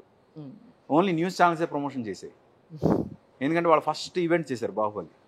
ఆ ఈవెంట్ చేసినప్పుడు ఆ ఈవెంట్కి ఒక ఛానల్ లైవ్ టెలికాస్ట్ ఇస్తే దానికి వచ్చిన టీఆర్పీ వల్ల బాహుబలి గురించి మనం న్యూస్ ఇవ్వకపోతే మనం తప్పు అయిపోతామని ప్రతి న్యూస్ ఛానల్ ప్రతిరోజు బాహుబలి గురించి ఏదో ఒక న్యూస్ ఇస్తూనే ఉన్నారు. ఆ దెబ్బకి బాహుబలికి ఏ ప్రమోషన్ లేకుండా అంత పెద్ద ఓపెనింగ్స్ వచ్చాయి. It's all about marketing the film as a whole, not how much are you spending. మీరు ఎంత స్పెండ్ చేస్తున్నారనేది ఇంపార్టెంట్ కాదు, మీరు ఎంత బాగా జనంలోకి వెళ్ళేలా ప్రమోట్ చేస్తున్నారనేది ఇంపార్టెంట్. దానికోసం మీరు ఏం పెట్టాల్సిన అవసరం లేదు, కొన్నిసార్లు చాలా పెట్టాల్సిన అవసరం. అది మీ తెలివితేటలు బట్టి ఉంటుంది. సో అంటే మీరు చెప్పారు అంతకుముందు, నేను స్టార్టింగ్లోనే అడుగుదాం అనుకున్నాను. నా వాయిస్ చాలా ఇదిగా ఉంటుంది, అందరు అంటే స్వీట్గా ఉండదు బేసిక్లీ. సో డబ్బింగ్కి నా వాయిస్ బాగుంటుందని మీరే చెప్పారు. మరి నాకు డబ్బింగ్ ఆపర్చునిటీ ఎప్పుడు ఇస్తున్నారు? అంటే డబ్బింగ్ ఆపర్చునిటీకి చాలా పెద్ద లాబింగ్ ఉంటుంది. Lobbying in the sense dubbing ఎవరు పడితే వాళ్ళు చెప్పడానికి లేదు. దానికి ఒక యూనియన్ ఉంది. మొత్తం ఇండస్ట్రీలో ఉన్న యూనియన్స్ అన్నిటికన్నా ఎక్కువ స్ట్రాంగెస్ట్ యూనియన్ ఏదైనా ఉంటే అది డబ్బింగ్ యూనియన్. ఆ డబ్బింగ్ యూనియన్లో మీరు చేరాలంటే ఫస్ట్ డబ్బింగ్ ఇన్ఛార్జ్ని కలవాలి. ఆ డబ్బింగ్ ఇన్ఛార్జ్ మీ వాయిస్ బాగుంటే మీ వాయిస్ని బట్టి వాళ్ళు మీకు కొన్ని ట్రయల్ రన్స్ చేస్తారు కొన్నాళ్ళు. చేసిన తర్వాత మీ వాయిస్ బాగుందని, ఈ క్యారెక్టర్స్కి బాగుంటుందని మిమ్మల్ని దీనిలో చేరుస్తారు, యూనియన్లో చేరుస్తారు. చేసిన తర్వాత అప్పుడు డబ్బింగ్ ఇన్ఛార్జ్ త్రూగా మీకు వర్క్స్ వస్తాయి. అది కాకుండా బైపాస్ చేసే ఒకే ఒక ప్రాసెస్ ఏంటంటే, ఇప్పుడు నేను ఒక సినిమా చేశాను, ఆ సినిమాలో ఒక క్యారెక్టర్కి మీ వాయిస్ అయితేనే బాగుంటుంది అని నేను ఫీల్ అయ్యాను అనుకోండి, నాకు డబ్బింగ్ యూనియన్తో సంబంధం లేదు. ఎందుకంటే నాకు మీ వాయిస్ లాంటి వాయిస్ డబ్బింగ్ యూనియన్ ఇవ్వలేదని నాకు ఫీలింగ్ వచ్చినప్పుడు as a director I have got every right to take your voice. అలా నేను తీసుకున్నాక మీరు బాగా చెప్పారు కాబట్టి మీకు వాళ్ళు ఆటోమేటిక్గా వాళ్ళ యూనియన్లో తీసేసుకుంటారు. ఈ రెండు ఉన్నాయి. పోతే నేను చేసే సినిమాలో మీ క్యారెక్టర్, మీ వాయిస్కి యాప్ట్ అయిన క్యారెక్టర్ ఎవరైనా చేసిన నాన్ డబ్బింగ్ ఆర్టిస్ట్, అంటే డబ్బింగ్ చెప్పలేని ఆర్టిస్ట్ ఎవరైనా ఉంటే, అలాంటి క్యారెక్టర్ ఉంటే అప్పుడు మీ గురించి నేను ఆలోచిస్తాను. Super, thank you. అంటే ఒక ప్రెస్ మీట్లో వచ్చిందనమాట, మనం మాట్లాడుతూ ఉన్నప్పుడు సోహెల్ గారు మీరిద్దరు కూర్చొని ఉన్నారు. అప్పుడే ఆ రోజు ఈ కన్వర్జేషన్ వచ్చింది. సో లేదు నా వాయిస్ అదేంటి నేను దబ్బుకున్న అబ్బాయి అనుకున్నాను అని చెప్పేసి కాల్ మాట్లాడుతున్నప్పుడు అన్నారు. లేదు సార్, ఇన్ని ఇయర్స్ నుంచి ఇండస్ట్రీలో ఉన్నాను, రోజు మాట్లాడుతున్నా అంటే, లేదు అబ్బాయి అనుకున్నాను ఫస్ట్, సో ఇప్పుడు లేదు అన్నప్పుడు మీరు అప్పుడు అన్నారు, లేదు మీది డబ్బింగ్కి బాగుంటుంది వాయిస్. అవును, ఎస్పెషలీ కొన్ని బోల్డ్ క్యారెక్టర్స్ ఉంటాయి, అంటే కొంచెం కమాండింగ్ క్యారెక్టర్స్ ఉంటాయి కొన్ని. అండ్ మన తెలుగు సినిమాలో పేర్లు పెడతాను, భువనేశ్వరి అలాంటి పేర్లు ఉంటాయి చూడండి, అలాంటి క్యారెక్టర్లు ఉంటాయి కొన్ని. ఎందుకు ఆ పేర్లు పెడతారో తెలియదు, బట్ అలాంటి క్యారెక్టర్లు కొన్ని పేర్లు ఉంటాయి, అలాంటి క్యారెక్టర్లు ఉంటాయి. ఆ క్యారెక్టర్లు కొంచెం అగ్రెషన్తో మాట్లాడే క్యారెక్టర్స్ కొన్ని ఉంటాయి కమాండింగ్గా, అలాంటి వాటికి మీ వాయిస్ బాగా వర్కౌట్ అవుతుంది. అంతే అంటారా సార్? ఓకే, అది బై బర్త్ అట్లా వచ్చింది, కమాండింగ్ కాదు కానీ నా వాయిసే అంత. Voice is all about modulation, అంతే. How you modulate yours. చాలా సాఫ్ట్గా మాట్లాడి మంచి హీరోయిన్ కూడా చెప్పొచ్చు, దాన్నే ఉంది. బట్ ఆ voice frequency will be very good for మంచి పోలీస్ ఆఫీసర్ క్యారెక్టర్ ఉంది, ఫుల్ స్ట్రిక్ట్ పోలీస్ ఆఫీసర్ అనే క్యారెక్టర్ ఉంది అనుకోండి, అలాంటి క్యారెక్టర్ డబ్బింగ్ చేస్తే అదిరిపోతుంది. Super sir. సో ఏం చేసేటప్పుడు అంటే మీరు చెప్పారు రొటీన్ క్వశ్చన్స్ అడగొద్దన్నారు, మ్యాథ్స్ నేను ఏది రిపీటెడ్ క్వశ్చన్స్ అడగలేదు. బట్ ఈ క్వశ్చన్ అయిన సందర్భం లేకుండా నేను ఏం చేయలేను. సో ఉదయ్ కిరణ్ గారు, సో ఎట్లా ఉండేవాళ్ళు, ర్యాప్ ఎలా ఉండేది? ఎందుకంటే 9 మూవీస్ చేశారు మీరు, ఆయన మ్యూజిక్లో చేశారు కాబట్టి, మీ మ్యూజిక్లో ఆయన చేశారు కాబట్టి ఒక్క చిన్న మంచి ఒక సిచ్యువేషన్ మీ ఇద్దరు కాంబినేషన్లో ఏదైనా మాట్లాడుకున్నది కానీ ఏదైనా ఒక మెమరీ మాతో షేర్ చేసుకుంటారు. అంటే ఫ్రాంక్గా నేను చేసిన 9 సినిమాల్లో ఎప్పుడు నా మ్యూజిక్ సిటీలో తను లేడు. ఎందుకంటే నేను డైరెక్టర్స్ ప్రొడ్యూసర్స్తో కూర్చొని వర్క్ చేస్తాను. Okay okay. పాట వెళ్తే తను యాక్ట్ చేయడం తప్ప తనతో ఇదిగో ఇదే నీకోసం ఈ పాట చేశానని మ్యూజిక్ సిట్టింగ్ చేసి ట్యూన్ వినిపించిన సందర్భాలు లేవు, తను విన్న సందర్భాలు లేవు. అంటే ఈ ప్రీ రిలీజ్ జరుగుతుంది కానీ ట్రావెల్ ఇస్ దేర్. అంటే తను ఫస్ట్ ఆడిషన్ జరిగిన దగ్గర నుంచి తను చూశాను కాబట్టి వెరీ ప్యాషనెట్ గా అంతవరకు తెలుసు. అండ్ చాలా డెడికేటెడ్గా తన వర్క్ తను చేసుకునేవాడు. అలా ఆ ట్రావెల్ అయితే ఉంది అంతే. లాస్ట్ మూమెంట్లో హీ నెవర్ మెట్ మీ. ఏదో ఒక సందర్భంలో స్టూడియో దగ్గరికి వచ్చి ఒక 10 నిమిషాలు మాట్లాడుకున్నాను తప్పితే తను ఎప్పుడు లాస్ట్ మూమెంట్లో తను ఎంత పెయిన్లో ఉన్నాడు, ఏం జరుగుతుంది ఏంటి అవి ఏమి తెలియదు నాకు.